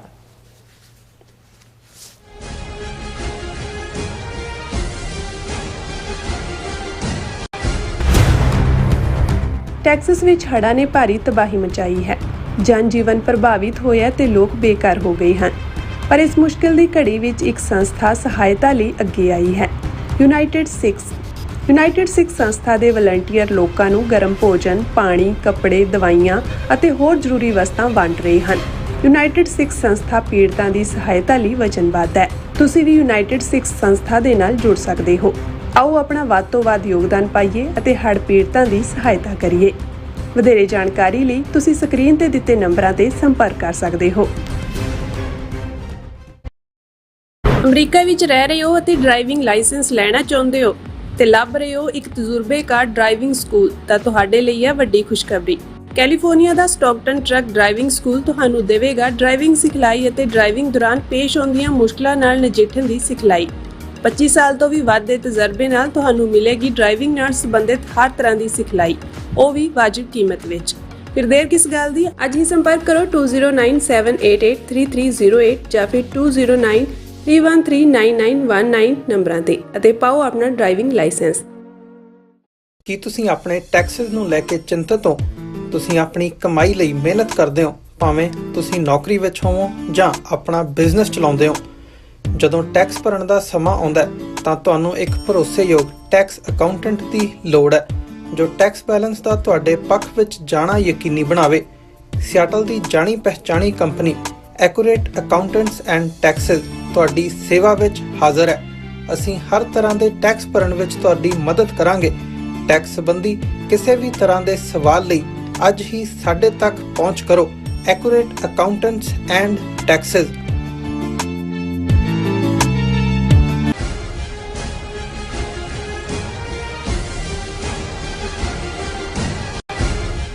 ਦਰਸ਼ਕੋ, ਬ੍ਰੇਕ ਤੋਂ ਬਾਅਦ ਤੁਹਾਡਾ ਸਭ ਦਾ ਭਰਪੂਰ ਸਵਾਗਤ ਹੈ। ਸੋ ਵੀਅਰਸ, ਗੱਲਬਾਤ ਕਰਨ ਜਾ ਰਹੇ ਹਾਂ ਕਿ ਟਰੰਪ ਨੇ ਸਿਰਫ ਭਾਰਤ ਨੂੰ ਝਟਕਾ ਹੀ ਨਹੀਂ ਦਿੱਤਾ, ਸਗੋਂ ਪਾਕਿਸਤਾਨ ਨਾਲ ਡੀਲ ਕਰਨ ਦਾ ਐਲਾਨ ਵੀ ਕੀਤਾ। ਆਪਣੇ ਟਵੀਟ ਵਿੱਚ ਟਰੰਪ ਨੇ ਲਿਖਿਆ ਹੈ ਕਿ ਅਸੀਂ ਹੁਣੇ ਹੀ ਪਾਕਿਸਤਾਨ ਨਾਲ ਡੀਲ ਸਾਈਨ ਕੀਤੀ ਹੈ ਔਰ ਜਿਸ ਤਹਿਤ ਅਮਰੀਕਨ ਕੰਪਨੀ ਨਾਲ ਸਾਂਝੇਦਾਰੀ ਕਰਕੇ ਪਾਕਿਸਤਾਨ ਵਿਚਲੇ ਵਿਸ਼ਾਲ ਤੇਲ ਭੰਡਾਰ ਨੂੰ ਡਿਵੈਲਪ ਜਿਹੜਾ ਉਹ ਕੀਤਾ ਜਾਏਗਾ। ਔਰ ਤੰਜ ਕਰਦਿਆਂ ਪ੍ਰੈਜ਼ੀਡੈਂਟ ਟਰੰਪ ਨੇ ਕਿਹਾ ਹੈ ਕਿ ਹੋ ਸਕਦਾ ਹੈ ਕਿ ਆਉਣ ਵਾਲੇ ਸਮੇਂ ਵਿੱਚ ਪਾਕਿਸਤਾਨ ਜਿਹੜਾ ਭਾਰਤ ਨੂੰ ਤੇਲ ਵੇਚੇ। ਵਾਹ ਜੀ ਵਾਹ। ਸੋ ਇਸ ਬਾਰੇ ਆਪਾਂ ਗੱਲਬਾਤ ਕਰਨ ਜਾ ਰਹੇ ਹਾਂ। ਸੋ ਅਸੀਂ ਚਾਹਾਂਗੇ ਕਿ ਤੁਸੀਂ ਇਸੇ ਤਰ੍ਹਾਂ ਬਣੇ ਰਹਿਣਾ, ਦੇਖਣ ਸੁਣਨ ਜਾਂ ਲਿਖਣ ਲਈ ਤੁਹਾਡਾ ਸਭ ਦਾ ਬਹੁਤ ਬਹੁਤ ਧੰਨਵਾਦ ਜੀ। ਡਾਕਟਰ ਸਾਹਿਬ, ਕੀ ਕਹਿਣਾ ਚਾਹੋਗੇ? ਵੈਸੇ ਸ਼ਰੀਕ ਕੀ ਹੁੰਦਾ ਹੈ ਤੇ ਸ਼ਰੀਕਾਂ ਦੀ ਚੜ੍ਹਾਈ ਕਿਵੇਂ ਦੂਸਰੇ ਸ਼ਰੀਕ ਨੂੰ ਦੁੱਖ ਦਿੰਦੀ ਹੈ, ਜਿਹਨੂੰ ਕਹਿੰਦੇ ਨੇ ਛਾਤੀ ਤੇ ਸੱਪ ਲੋਟਣੇ, ਉਹਦੀ ਇੱਕ ਉਦਾਹਰਣ ਇਹੀ ਹੈ ਕਿ ਵੀ ਕਿਉਂਕਿ ਪੰਜਾਬ ਦਾ ਕਲਚਰ ਔਰ ਖ਼ਾਸ ਤੌਰ ਤੇ ਪੇਂਡੂ ਕਲਚਰ ਬਹੁਤ ਚੰਗੀ ਤਰ੍ਹਾਂ ਸ਼ਰੀਕਾਚਾਰੀ ਨੂੰ ਸਮਝਦਾ ਹੈ ਜਾਂ ਸ਼ਰੀਕੇਬਾਜ਼ੀ ਨੂੰ ਸਮਝਦਾ ਹੈ। ਉਹਦੇ 'ਚ ਇਹ ਹੈ ਕਿ ਇੱਕ ਨੇ ਬੜੀ ਬੰਦਗੀ ਕੀਤੀ, ਰੱਬ ਜਿਹੜਾ ਹਾਜ਼ਰ ਹੋਇਆ ਉਹਨੇ ਕਿਹਾ ਕਿ ਭਾਈ ਮੰਗ ਕੁਛ। ਉਹਨੇ ਕਿਹਾ ਜੀ ਠੀਕ ਹੈ ਮੈਂ ਮੰਗਦਾ। ਉਹਨੇ ਕਿਹਾ ਪਰ ਇਹ ਦੇਖ ਜੋ ਤੂੰ ਮੰਗੇਗਾ ਤੇਰੇ ਗੁਆਂਢੀ ਨੂੰ ਦੁੱਗਣਾ ਮਿਲੇਗਾ। ਉਹ ਕਹਿੰਦਾ ਅੱਛਾ, ਕਹਿੰਦਾ ਮੇਰੀ ਅੱਖ ਕੱਢ ਦੇ। ਕਹਿੰਦਾ ਮੈਂ ਸ਼ਰੀਕ ਨੂੰ ਜਿਹੜਾ ਉਹਨਾਂ ਹੋ ਕੇ ਮਰਦਾ ਦੇਖਣਾ ਚਾਹੁੰਦਾ। ਸੋ ਇਹ ਸਾਡੇ ਭਗਤੀ ਵਾਲਿਆਂ ਦਾ ਹਾਲ ਸੀਗਾ, ਹੁਣ ਬਾਕੀਆਂ ਦਾ ਹਾਲ ਕੀ ਹੋਏਗਾ।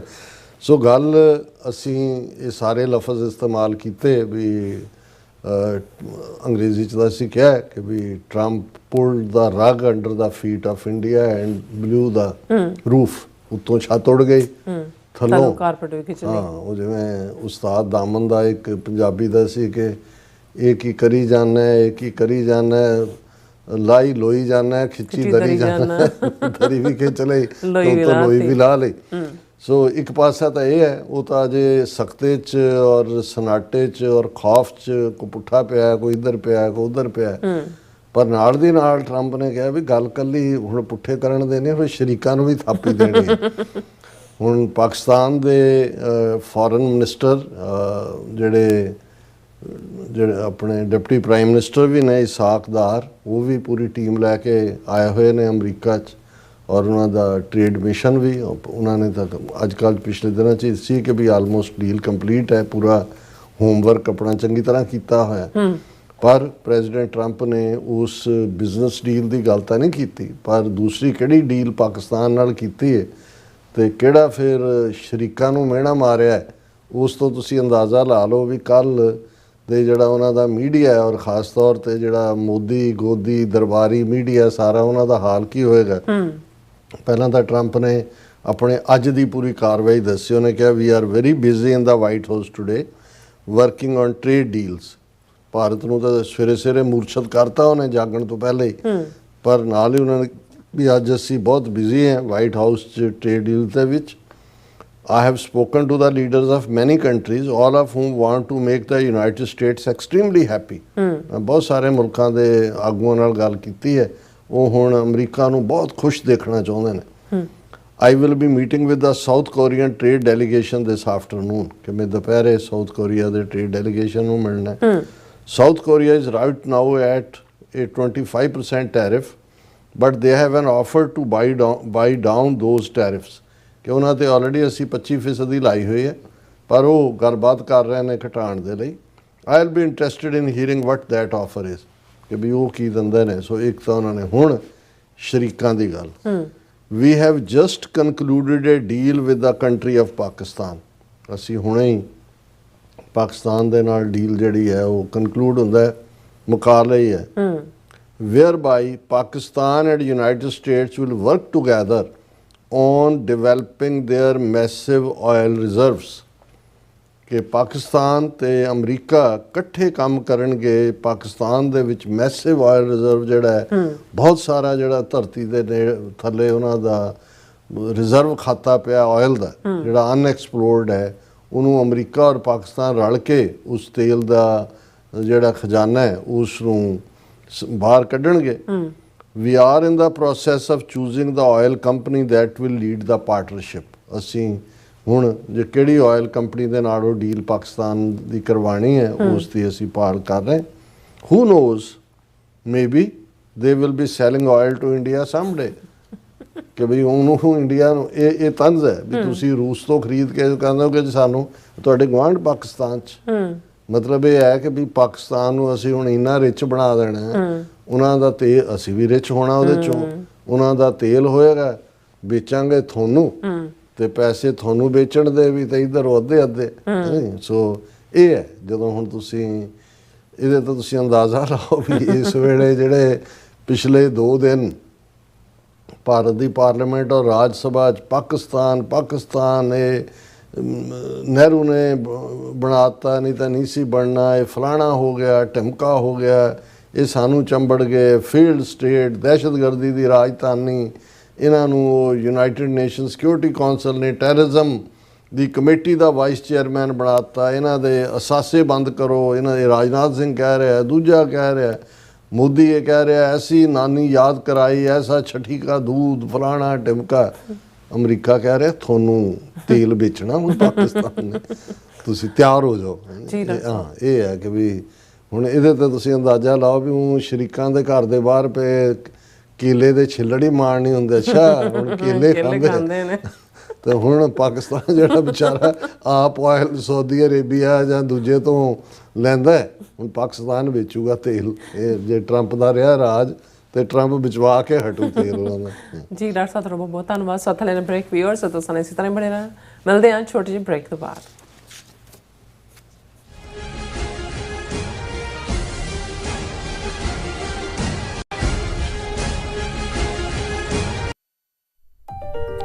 FBI ਤੋਂ ਮੈਂ ਹਾਂ ਸੁਖਵੀਰ ਕੌਰ ਤੇ ਹੁਣ ਸੁਣੋ FBI ਵੱਲੋਂ ਜ਼ਰੂਰੀ ਜਾਣਕਾਰੀ।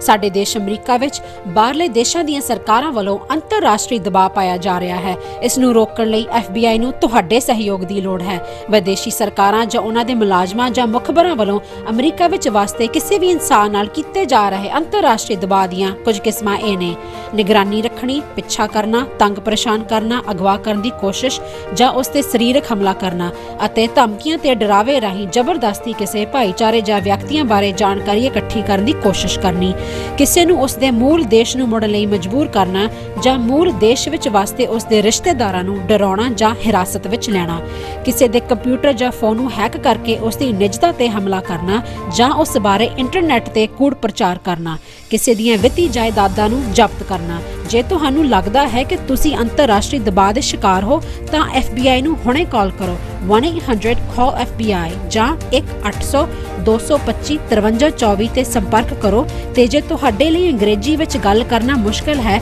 ਤਾਂ ਤੁਸੀਂ ਪੰਜਾਬੀ ਵਿੱਚ ਗੱਲ ਕਰਨ ਲਈ ਕਹਿ ਸਕਦੇ ਹੋ ਜਾਂ FBI ਦੀ ਵੈਬਸਾਈਟ tips.fbi.gov ਤੇ ਆਪਣੀ ਸ਼ਿਕਾਇਤ ਦਰਜ ਕਰਾਓ।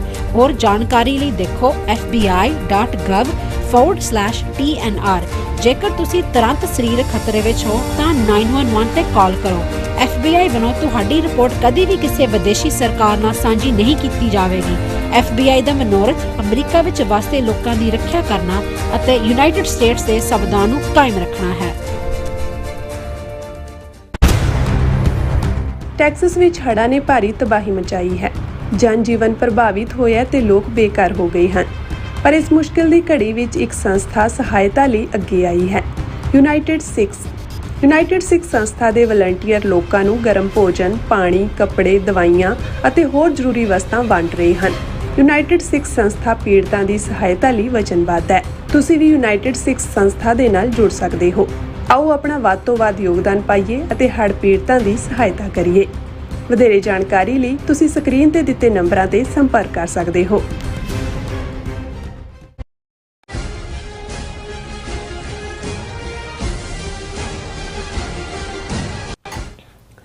Viewers welcome back on programme. So viewers ਗੱਲਬਾਤ ਕਰਨ ਜਾ ਰਹੇ ਹਾਂ ਕਿ ਪਾਕਿਸਤਾਨ ਸਰਕਾਰ ਨੇ ਭਾਰਤ ਸਰਕਾਰ ਵੱਲੋਂ ਬੀਤੇ ਦਿਨੀ ਪਹਿਲਗਾਮ ਘਟਨਾ ਦੇ ਮਾਰੇ ਗਏ ਦਹਿਸ਼ਤਗਰਦਾਂ ਨੂੰ ਪਾਕਿਸਤਾਨੀ ਦੱਸਣ ਤੇ ਸਖਤ ਇਤਰਾਜ਼ ਕੀਤਾ ਹੈ ਔਰ ਪਾਕਿਸਤਾਨ ਦਾ ਕਹਿਣਾ ਹੈ ਕਿ ਭਾਰਤ ਦਾ ਬਿਆਨੀਆ ਬਿਲਕੁਲ ਝੂਠ ਹੈ, ਝੂਠ ਤੇ ਮਬਨੀ ਹੈ ਤੇ ਇਸ ਵਿੱਚ ਕੋਈ ਸੱਚਾਈ ਨਹੀਂ ਹੈ। ਸੋ ਇਸ ਬਾਰੇ ਆਪਾਂ ਗੱਲਬਾਤ ਕਰਨ ਜਾ ਰਹੇ ਹਾਂ। ਸੋ ਅਸੀਂ ਚਾਹਾਂਗੇ ਕਿ ਤੁਸੀਂ ਇਸੇ ਤਰ੍ਹਾਂ ਬਣੇ ਰਹਿਣਾ, ਦੇਖਣ ਸੁਣਨ ਲਈ ਲਿਖਣ ਲਈ ਤੁਹਾਡਾ ਸਭ ਦਾ ਬਹੁਤ ਸ਼ੁਕਰੀਆ ਜੀ। ਰਾਜ ਸਾਹਿਬ ਕੀ ਕਹਿਣਾ ਚਾਹੋਗੇ? ਦੇਖੋ, ਅਸੀਂ ਕੱਲ੍ਹ ਵੀ ਇੱਕ ਸੈਗਮੈਂਟ ਕੀਤਾ ਸੀ ਕਿ ਕਿਵੇਂ ਇਹਨਾਂ ਹਿੰਦੂ ਤਵੀਆਂ ਦੇ ਲੇਬਲ ਵਾਲਿਆਂ 'ਚ ਵੀ ਤੇ ਜਿਹੜੇ ਸੈਕੂਲਰਿਜ਼ਮ ਦੇ ਲਬਾਦੇ ਥੱਲੇ ਬੈਠੇ ਕਾਂਗਰਸ ਔਰ ਦੂਸਰੇ ਆਪੋਜੀਸ਼ਨ ਦੇ ਲੋਕ ਵੀ ਨੇ, ਉਹਨਾਂ 'ਚ ਪਾਕਿਸਤਾਨ ਦੇ ਲਈ, ਮੁਸਲਮਾਨਾਂ ਦੇ ਲਈ ਔਰ ਸਿੱਖਾਂ ਦੇ ਲਈ ਕਿੰਨੀ ਨਫ਼ਰਤ ਹੈ। ਉਹ ਜਦੋਂ ਇਸ ਕਿਸਮ ਦੀ ਡਿਬੇਟ ਹੁੰਦੀ ਹੈ, ਤੁਸੀਂ ਦੇਖ ਸਕਦੇ ਹੁੰਦੇ ਹੋ ਕਿ ਇੱਕ ਤੋਂ ਬਾਅਦ ਇੱਕ ਚੜ੍ਹ ਕੇ ਆਉਂਦਾ ਹੈ ਔਰ ਦੂਸਰੇ ਨੂੰ ਜੋ ਉਹਦਾ ਬਿਆਨੀਆ ਪਾਕਿਸਤਾਨ ਪ੍ਰਤੀ ਨਫ਼ਰਤ ਹੈ ਉਸ ਨੂੰ ਪਿੱਛੇ ਛੱਡਣ ਦੀ ਕੋਸ਼ਿਸ਼ ਕਰਦਾ। ਔਰ ਇਹ ਤੁਸੀਂ ਪਾਰਲੀਮੈਂਟ ਦੀ ਡਿਬੇਟ ਦੇ ਵਿੱਚ ਇੱਕ ਬਿਲਕੁਲ ਕਲੀਅਰ ਆਇਆ। ਹਾਲਾਂਕਿ ਦੋ ਸਿੰਪਲ ਸਵਾਲ ਜਿਨ੍ਹਾਂ ਦਾ ਕੋਈ ਆਨਸਰ ਇਸ ਡਿਬੇਟ 'ਚੋਂ ਨਹੀਂ ਨਿਕਲਿਆ। ਪਹਿਲਾ ਤਾਂ ਇਹ ਸੀ ਇੰਟੈਲੀਜੈਂਸ ਫੇਲਿਅਰ, ਕਿ ਫੌਜ 5 ਲੱਖ ਤੁਹਾਡੀ ਉੱਥੇ ਬੈਠੀ ਹੋਈ ਹੈ। ਕਸ਼ਮੀਰ ਵਾਦੀ ਦੇ ਚੱਪੇ ਚੱਪੇ 'ਤੇ ਤੁਸੀਂ ਹਰ 100 ਕਦਮ 'ਤੇ ਇੱਕ ਫੌਜੀ ਬਣਦਾ ਹੈ ਉਸ ਫੌਜ ਦੇ ਲਿਹਾਜ਼ ਨਾਲ। ਪਹਿਲਗਾਮ ਵਰਗੇ ਟੂਰਿਸਟ ਸਪੌਟ 'ਤੇ ਫੁੱਲ ਗਰਮੀਆਂ ਦੇ ਸੀਜ਼ਨ ਦੇ ਵਿੱਚ 22 ਅਪ੍ਰੈਲ ਦੇ ਦਿਨ ਜਿਹੜੇ ਦਹਿਸ਼ਤਗਰਦ ਕਿੱਥੋਂ ਆਏ, ਜਿਨ੍ਹਾਂ ਨੇ 28 ਬੰਦਿਆਂ ਦੀ ਸ਼ਨਾਖਤ ਕੀਤੀ, ਕਿੰਨਾ ਵਕਤ ਉਹਨਾਂ ਨੂੰ ਲੱਗਿਆ, ਉਹਨਾਂ ਦਾ ਧਰਮ ਪੁੱਛਿਆ, ਉਹਨਾਂ ਨੂੰ ਮਾਰਿਆ, ਉਹ ਕਿੱਥੇ ਚਲੇ ਗਏ, ਉਹਨਾਂ ਦੇ ਕੋਈ ਖੰਭ ਲੱਗੇ ਹੋਏ ਸੀ ਉਹ ਉੱਡ ਗਏ, ਉਹਨਾਂ ਦਾ ਆਣਾ, ਉਹਨਾਂ ਦਾ ਨਿਕਲ ਜਾਣਾ ਔਰ ਈਵਨ ਇਹ ਸਾਰਾ 7, 8, 9, 10 ਮਈ ਦਾ ਡਰਾਮਾ ਜਿਹੜਾ ਜੰਗ ਦੇ ਨਾਂ ਦਾ, ਇਸ ਸਭ ਦੇ ਬਾਵਜੂਦ ਉਹਨਾਂ ਦਾ ਫੜਿਆ ਨਾ ਜਾਣਾ, ਇਹ ਆਪਣੇ ਆਪ ਦੇ ਵਿੱਚ ਹੀ ਸੀ ਕਿ ਵੀ ਇਹ ਸਾਰੀ ਫਾਲਸ ਫਲੈਗ ਆਪਰੇਸ਼ਨ ਹੈ। ਫਿਰ ਤੁਸੀਂ ਇਹਨਾਂ ਦੀ ਝੂਠ ਵੀ ਬੋਲਣ ਲੱਗਿਆ, ਇਹਨਾਂ ਦਾ ਕਿਸ ਲੈਵਲ ਦੀ ਇਹ ਕੋਇਨਸੀਡੈਂਸ ਕਰਦੇ ਨੇ। ਉਧਰ ਪਾਰਲੀਮੈਂਟ ਦਾ ਸੈਸ਼ਨ ਚੱਲ ਰਿਹਾ ਹੈ, ਉਧਰ ਅਮਿਤ ਸ਼ਾਹ ਇਹ ਦਾਅਵਾ ਕਰ ਰਿਹਾ ਕਿ ਜੀ 3 ਅੱਤਵਾਦੀ ਲਸ਼ਕਰ ਏ ਤਾਇਬਾ ਤੇ ਫਲਾਣੇ ਦੇ ਘੇਰ ਲਏ, ਫੌਜ ਨੇ, ਪੁਲਿਸ ਨੇ, ਦੂਜਾ ਫਿਰ ਇਹ ਹੈ ਵੀ ਸੈਸ਼ਨ ਚੱਲਦੇ ਉਹ ਮਾਰੇ ਵੀ ਗਏ, ਜਿਹਨਾਂ ਨੂੰ 2.5 ਮਹੀਨੇ ਤੋਂ ਇਹਨਾਂ ਨੂੰ ਪਤਾ ਨਹੀਂ ਸੀ ਕਿੱਥੇ ਐਨ ਉਸ ਮੌਕੇ 'ਤੇ ਫਿਰ ਉਹ ਮਰਿਆ ਜਿਹੜਾ ਜਾਂ ਤਾਂ ਤੁਸੀਂ ਗ੍ਰਿਫਤਾਰ ਕੀਤੇ ਹੋਣ ਉਹਨਾਂ ਦਾ ਕੋਈ ਇਕਬਾਲੀਆ ਬਿਆਨ ਲਓ, ਫਿਰ ਤੁਸੀਂ ਕਹੋ ਜੀ ਅਸੀਂ ਆਏ ਹਾਂ, ਅਸੀਂ ਪਾਕਿਸਤਾਨ ਦੀ ਫਲਾਣੀ ਥਾਂ ਤੋਂ ਆਏ ਹਾਂ, ਢਿਬਕੀ ਥਾਂ ਤੋਂ ਆਏ ਹਾਂ। ਹੁਣ ਮਰੇ ਬੰਦਿਆਂ ਨੇ ਆਪਣੇ ਸ਼ਨਾਖਤੀ ਕਾਰਡ ਕੋਲ ਰੱਖੇ ਸੀ, ਇਹਨਾਂ ਨੂੰ ਦੱਸਦਾ ਕਿ ਕੌਣ ਸਿਆਲਕੋਟ ਤੋਂ ਹੈ, ਕੌਣ ਲਾਹੌਰ ਤੋਂ ਹੈ, ਕੌਣ ਰਾਵਲਪਿੰਡੀ ਤੋਂ। ਉਹਨਾਂ ਨੇ ਐਲਾਨ ਕਰਤਾ ਜੀ ਇਹਨਾਂ 'ਚੋਂ ਪਿਛਲੇ 6 ਮਹੀਨੇ 'ਚ ਕੋਈ ਵੀ ਜਿਹੜਾ ਲੋਕਲ ਮਿਲੀਟੈਂਟ ਕਿਸੇ ਘਟਨਾ 'ਚ ਇਨਵੋਲਵ ਨਹੀਂ ਹੈ। ਇਹ ਤਿੰਨੋਂ ਹੀ ਜਿਹੜੇ ਨੇ ਪਾਕਿਸਤਾਨੀ ਸੀ। ਉਹਨਾਂ ਦੀ ਮਰਿਆਂ ਦੀ ਸ਼ਨਾਖਤ ਵੀ ਹੋ ਗਈ, ਉਹਨਾਂ ਦੀ ਆਈਡੀ ਵੀ ਇਹਨਾਂ ਦੇ ਕੋਲ ਆ ਗਈ, ਉਹਨਾਂ ਦਾ ਫਲਾਣਾ ਵੀ ਹੋ ਗਿਆ। ਔਰ ਇੰਨੀ ਜ਼ਿਆਦਾ ਇਹ ਸਾਰੀ ਇੱਕ ਤਾਂ ਹੁੰਦਾ ਵੀ ਕਿਸੇ 'ਚ ਤੁਸੀਂ ਇੰਨੀ ਇੱਕ ਫੂਲ ਪ੍ਰੂਫ ਜਿਹੀ ਸਟੇਟਮੈਂਟ ਦਿੰਦੇ ਹੋ ਕਿ ਵੀ ਉਹਦੇ 'ਚ ਨੁਕਸ ਕੱਢਣਾ ਔਖਾ ਲੱਗਦਾ ਹੁੰਦਾ ਤੁਹਾਨੂੰ। ਤੇ ਜਿੱਥੇ ਤੁਹਾਨੂੰ ਥਾਂ ਥਾਂ 'ਤੇ ਨਜ਼ਰ ਆ ਰਿਹਾ ਹੋਏ ਕਿ ਵੀ ਫੈਬਰੀਕੇਟਡ ਹੈ, ਝੂਠੀ ਕਹਾਣੀ ਹੈ ਇਹ, ਔਰ ਤੁਸੀਂ ਕਿਸੇ ਮੁਲਕ ਨੂੰ, ਇੱਕ ਸੋਵਰਨ ਮੁਲਕ ਨੂੰ, ਨਾ ਤਾਂ ਪਹਿਲਾਂ ਪਹਿਲਗਾਮ ਦੀ ਘਟਨਾ ਦੇ ਵੇਲੇ ਜਿਹੜਾ ਹੈ ਉਹ ਕੋਈ ਤਫਸ਼ੀਸ਼ ਹੋਈ ਔਰ ਪਾਕਿਸਤਾਨ ਨੇ ਫੌਰਨ ਕਿਹਾ ਸੀ ਵੀ ਕਮਿਸ਼ਨ ਬਣਾ ਲਓ, ਪਾਕਿਸਤਾਨ ਨੂੰ ਬਾਹਰ ਰੱਖੋ, ਇੰਟਰਨੈਸ਼ਨਲ ਬਣਾ ਲਓ, UN ਦੇ ਥੱਲੇ ਬਣਾ ਲਓ, ਪਹਿਲਾਂ ਤਹਿਕੀਕਾਤ ਤਾਂ ਕਰੋ ਵੀ ਉਹਦੇ ਲਈ ਜ਼ਿੰਮੇਵਾਰ ਕੌਣ ਹੈ। ਲੇਕਿਨ ਇਹਨਾਂ ਨੇ ਖੁਦ ਸੋਵਰਨਿਟੀ ਵਾਇਲੇਟ ਕੀਤੀ, ਪਾਕਿਸਤਾਨ ਦੀ ਜੁੱਤੀਆਂ ਵੀ ਖਾਧੀਆਂ। ਹੁਣ ਵੀ ਬਿਨਾਂ ਕਿਸੇ ਚਾਰਜ ਤੋਂ ਇਹ ਕਹੋ ਜੀ ਤਿੰਨੋਂ ਆਉਣ ਵਾਲੇ ਪਾਕਿਸਤਾਨ ਦੇ ਨੇ, ਔਰ ਪਾਕਿਸਤਾਨ ਦੀ ਹੋਮ ਮਿਨਿਸਟਰੀ ਨੇ ਜਿਹੜਾ ਇਸ ਫੋਰਨ ਮਿਨਿਸਟਰੀ ਨੇ ਇਸ ਦੇ ਉੱਤੇ ਅੱਜ ਬੜਾ ਸਖਤ ਬਿਆਨੀਆ ਕੀਤਾ ਔਰ ਉਹਦੇ 'ਚ ਉਹਨਾਂ ਨੇ ਇਹ ਕਿਹਾ, ਜਿਹੜੀ ਕਿ ਇੰਡੀਅਨ ਮੀਡੀਆ ਨੇ ਵੀ ਇਹੀ ਹੈਡਲਾਈਨ ਦਿੱਤੀ ਹੈ ਕਿ Indian statement on Pahalgam attackers replete with fabrications, ਕਿ ਭਰੀ ਹੋਈ ਹੈ ਝੂਠ ਦੇ ਨਾਲ ਜਿਹੜੀ ਉਹਨਾਂ ਨੇ ਪਹਿਲਗਾਮ ਦੀ ਘਟਨਾ ਨੂੰ ਲੈ ਕੇ ਜਿਹੜੀ ਸਟੇਟਮੈਂਟ ਦਿੱਤੀ ਹੈ। ਉਹਨਾਂ ਨੇ ਕਿਹਾ ਜੀ ਵੀ ਬਿਲਕੁਲ, ਕਿਉਂਕਿ ਸ਼ਾਹ ਨੇ ਜਿਵੇਂ ਕਿਹਾ ਕਿ 3 ਮਿਲੀਟੈਂਟ ਜਿਹੜੇ ਗਨ ਬੈਟਲ 'ਚ ਮਰੇ ਉਹ ਜਿਹੜੇ ਨੇ ਉਹਨਾਂ ਦਾ ਸਬੰਧ ਪਾਕਿਸਤਾਨ ਨਾਲ ਹੈ। ਉਹਨੇ ਪਾਕਿਸਤਾਨ ਦੀ ਫੋਰਨ ਮਿਨਿਸਟਰ ਨੇ ਕਿਹਾ ਕਿ ਪਾਕਿਸਤਾਨ ਇਸ ਦੋਸ਼ ਨੂੰ ਰਾਈਟ ਅਵੇ ਰਿਜੈਕਟ ਕਰਦਾ ਹੈ ਔਰ ਇਹਨੂੰ ਇੱਕ ਪ੍ਰੋਵੋਕੇਸ਼ਨ ਮੰਨਦਾ ਜੋ ਭਾਰਤ ਦੇ ਗ੍ਰਹਿ ਮੰਤਰੀ ਨੇ ਲੋਕ ਸਭਾ ਦੇ ਵਿੱਚ ਆਪਣੇ ਵਤੀਰੇ ਨਾਲ ਦਿਖਾਈ ਹੈ। ਇਹ ਜਿਹੜੀਆਂ ਸਟੇਟਮੈਂਟਸ ਨੇ ਇਹ ਸ਼ੋਅ ਕਰਦੀਆਂ ਨੇ ਕਿ ਕਿਵੇਂ ਭਾਰਤੀ ਹਾਕਮ ਫੈਕਟਸ ਨੂੰ ਤੋੜਦੇ ਮਰੋੜਦੇ ਨੇ, ਹਮਲੇ ਨੂੰ ਜਸਟੀਫਾਈ ਕਰਦੇ ਨੇ ਔਰ ਆਪਣੀ ਲੋਕਲ ਕਰਾਊਡ ਨੂੰ ਖੁਸ਼ ਕਰਨ ਦੇ ਲਈ ਟਕਰਾਅ ਦੀ ਲਾਈਨ ਨੂੰ ਜਿਹੜਾ ਉਹ ਗਲੋਰੀਫਾਈ ਕਰਦੇ ਨੇ। ਔਰ ਉਹਨਾਂ ਨੇ ਕਿਹਾ ਕਿ ਵੀ ਇਹ ਬਿਲਕੁਲ ਝੂਠ ਦੇ ਉੱਤੇ ਮਬਨੀ ਉਹਨਾਂ ਦਾ ਬਿਆਨੀ ਹੈ। ਪਹਿਲੀ ਗੱਲ ਤਾਂ ਉਹਨਾਂ ਨੇ ਕਿਹਾ ਵੀ ਜਿਹੜਾ ਇੰਡੀਆ ਨੇ ਪਾਕਿਸਤਾਨ ਤੇ ਅਟੈਕ ਕੀਤਾ ਬਿਨਾਂ ਕੋਈ ਵੈਰੀਫੀਏਬਲ ਐਵੀਡੈਂਸ ਦੇ ਜਾਂ ਕ੍ਰੈਡੀਬਲ ਐਵੀਡੈਂਸ ਦੇ ਕਿ ਪਹਿਲਗਾਮ ਅਟੈਕ 'ਚ ਕੋਈ ਪਾਕਿਸਤਾਨ ਦਾ ਹੱਥ ਸੀ ਔਰ ਇਸ ਸਾਰੇ ਦੇ ਚਲਦੇ ਆ ਪਾਕਿਸਤਾਨ ਦੇ ਉੱਤੇ ਜਿਹੜਾ ਭਾਰਤ ਨੇ ਅਟੈਕ ਕੀਤਾ ਉਹਦੇ 'ਚ ਬੇਗੁਨਾਹ ਬੱਚੇ, ਔਰਤਾਂ, ਇਨੋਸੈਂਟ ਪਾਕਿਸਤਾਨੀ ਸ਼ਹਿਰੀ ਮਾਰੇ ਗਏ। ਪਰ ਇਸ ਸਭ ਦੇ ਬਾਵਜੂਦ ਕਿਉਂਕਿ ਪਾਕਿਸਤਾਨ ਦਾ ਰੀਸਾਊਂਡਿੰਗ ਇਸ ਦੇ ਉੱਤੇ ਜਵਾਬ ਸੀ ਔਰ ਇੰਡੀਅਨ ਫਾਈਟਰ ਜੈਟਸ ਨੂੰ ਉਹਨਾਂ ਨੇ ਪਾਕਿਸਤਾਨ ਨੇ ਨਿਊਟਰਲਾਈਜ਼ ਕੀਤਾ ਔਰ ਇਸ ਦਾ ਨਤੀਜਾ ਸੀ ਕਿ ਵੀ ਭਾਰਤ ਜਿਹੜਾ ਹੈ ਉਹ ਜੋ ਹਾਸਲ ਕਰਨਾ ਚਾਹੁੰਦਾ ਸੀ ਉਹ ਹਾਸਲ ਨਹੀਂ ਕਰ ਸਕਿਆ। ਉਹਨਾਂ ਨੇ ਕਿਹਾ ਵੀ ਭਾਰਤੀ ਲੀਡਰ ਆਪਣੇ ਲੋਕਾਂ ਨੂੰ ਮਿਸਲੀਡ ਨਾ ਕਰਨ, ਉਹ ਸੱਚਾਈ ਬਿਆਨਣ ਕਿ ਭਾਈ ਉਹਨਾਂ ਦੀਆਂ ਆਰਮਡ ਫੋਰਸਿਸ ਨੇ ਕੀ ਨੁਕਸਾਨ ਉਠਾਇਆ ਔਰ ਇਸ ਸਾਰੇ ਨੂੰ ਜਿਹੜਾ ਹੈ ਇਹ ਕਿਸੇ ਦਾ ਨਾਂ ਤੁਸੀਂ ਆਪਰੇਸ਼ਨ ਮਹਾਦੇਵ ਰੱਖ ਦਿਓ, ਕਿਸੇ ਦਾ ਨਾਂ ਆਪਰੇਸ਼ਨ ਸੰਦੂਰ ਰੱਖ ਦਿਓ ਔਰ ਤੁਸੀਂ ਇਹ ਜਿਹੜਾ ਕਨਫਰੰਟੇਸ਼ਨ ਦਾ ਰਾਹ ਚੁਣਿਆ ਹੋਇਆ ਤੁਸੀਂ ਖੁਦ ਹੀ ਇੱਕੋ ਵੇਲੇ ਜੱਜ ਵੀ ਬਣਦੇ ਹੋ, ਜੂਰੀ ਵੀ ਬਣਦੇ ਹੋ ਤੇ ਜਲਾਦ ਵੀ ਬਣਦੇ ਹੋ। ਨਹੀਂ, ਜੱਜ, ਜੂਰੀ ਔਰ ਐਗਜ਼ੀਕਿਊਸ਼ਨਰ ਦਾ ਰੋਲ ਤੁਸੀਂ ਅਦਾ ਕਰ ਰਹੇ ਹੋ ਔਰ ਇਸ ਬੈਕਡ੍ਰੌਪ ਦੇ ਵਿੱਚ ਜਿਹੜਾ ਤੁਹਾਡਾ ਕੋਈ ਵੀ ਦਾਅਵਾ ਹੈ ਉਸ ਦਾ ਕੋਈ ਅਰਥ ਨਹੀਂ ਰਹਿ ਜਾਂਦਾ ਕਿਉਂਕਿ ਤੁਸੀਂ ਬਿਲਕੁਲ ਇੱਕ ਪਾਸੜ ਆਪਣਾ ਝੂਠ ਜਿਹੜਾ ਹੈ ਉਸ ਨੂੰ ਨਰੇਟ ਕਰ ਰਹੇ ਹੋ। ਔਰ ਹੁਣ ਜਿਹੜਾ ਉਹਨਾਂ ਨੇ ਕਿਹਾ ਕਿ ਵੀ ਅਸੀਂ ਰਿਜੈਕਟ ਕਰਦੇ ਹਾਂ ਜਿਹੜਾ ਇੰਡੀਆ ਦੀਆਂ ਸਟੇਟਮੈਂਟਸ ਨੇ, ਜਿਹੜਾ ਉਹਨਾਂ ਨੇ ਕਿਹਾ ਜੀ ਇਹ ਹੁਣ ਨਿਊ ਨਾਰਮਲ ਬਣ ਗਿਆ ਕਿ ਫਿਊਚਰ 'ਚ ਅਸੀਂ ਆਪਰੇਸ਼ਨ ਸੰਦੂਰ ਅਜੇ ਬੰਦ ਨਹੀਂ ਕੀਤਾ, ਜਦੋਂ ਮਰਜ਼ੀ ਅਸੀਂ ਅਟੈਕ ਕਰਾਂਗੇ।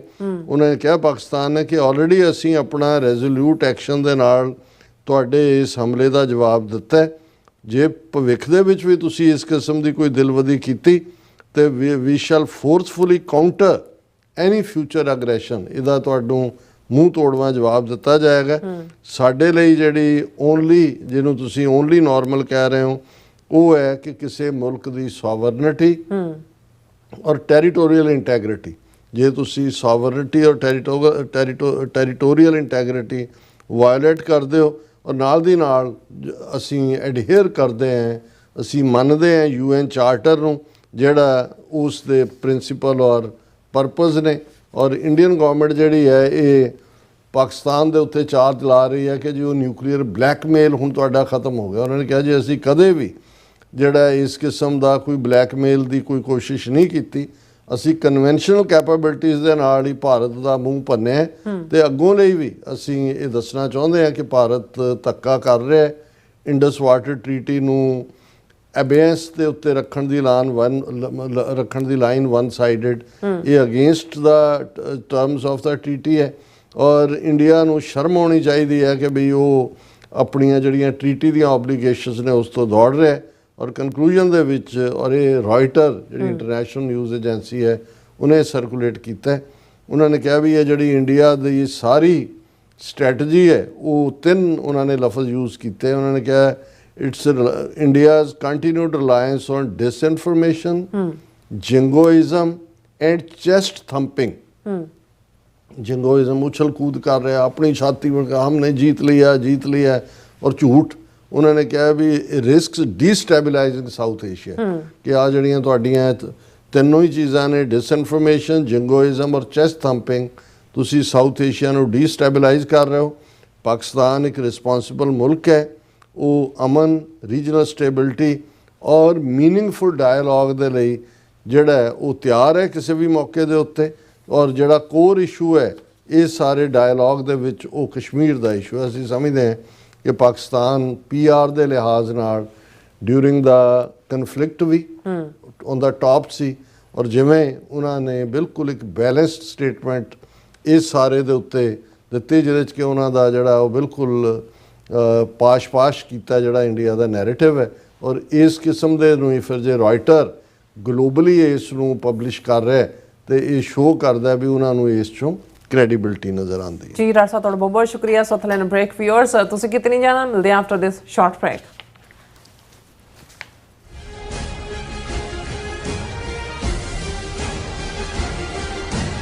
ਅਮਰੀਕਾ ਵਿੱਚ ਰਹਿ ਰਹੇ ਹੋ ਅਤੇ ਡਰਾਈਵਿੰਗ ਲਾਇਸੈਂਸ ਲੈਣਾ ਚਾਹੁੰਦੇ ਹੋ ਤੇ ਲੱਭ ਰਹੇ ਹੋ ਇੱਕ ਤਜਰਬੇਕਾਰ ਡਰਾਈਵਿੰਗ ਸਕੂਲ ਤਾਂ ਤੁਹਾਡੇ ਲਈ ਹੈ ਵੱਡੀ ਖੁਸ਼ਖਬਰੀ। ਕੈਲੀਫੋਰਨੀਆ ਦਾ ਸਟਾਕਟਨ ਟਰੱਕ ਡਰਾਈਵਿੰਗ ਸਕੂਲ ਤੁਹਾਨੂੰ ਦੇਵੇਗਾ ਡਰਾਈਵਿੰਗ ਸਿਖਲਾਈ ਅਤੇ ਡਰਾਈਵਿੰਗ ਦੌਰਾਨ ਪੇਸ਼ ਆਉਂਦੀਆਂ ਮੁਸ਼ਕਲਾਂ ਨਾਲ ਨਜਿੱਠਣ ਦੀ ਸਿਖਲਾਈ। 25 ਸਾਲ ਤੋਂ ਵੀ ਵੱਧ ਦੇ ਤਜਰਬੇ ਨਾਲ ਤੁਹਾਨੂੰ ਮਿਲੇਗੀ ਡਰਾਈਵਿੰਗ ਨਾਲ ਸੰਬੰਧਿਤ ਹਰ ਤਰ੍ਹਾਂ ਦੀ ਸਿਖਲਾਈ, ਉਹ ਵੀ ਵਾਜਿਬ ਕੀਮਤ ਵਿੱਚ। ਫਿਰ ਦੇਰ ਕਿਸ ਗੱਲ ਦੀ, ਅੱਜ ਹੀ ਸੰਪਰਕ ਕਰੋ 2097883308 ਜਾਂ ਫਿਰ 2093139919 ਨੰਬਰਾਂ ਤੇ ਅਤੇ ਪਾਓ ਆਪਣਾ ਡਰਾਈਵਿੰਗ ਲਾਇਸੈਂਸ। ਟੈਕਸਸ ਵਿੱਚ ਹੜ੍ਹਾਂ ਨੇ ਭਾਰੀ ਤਬਾਹੀ ਮਚਾਈ ਹੈ। ਜਨ ਜੀਵਨ ਪ੍ਰਭਾਵਿਤ ਹੋਇਆ ਤੇ ਲੋਕ ਬੇਘਰ ਹੋ ਗਏ ਹਨ।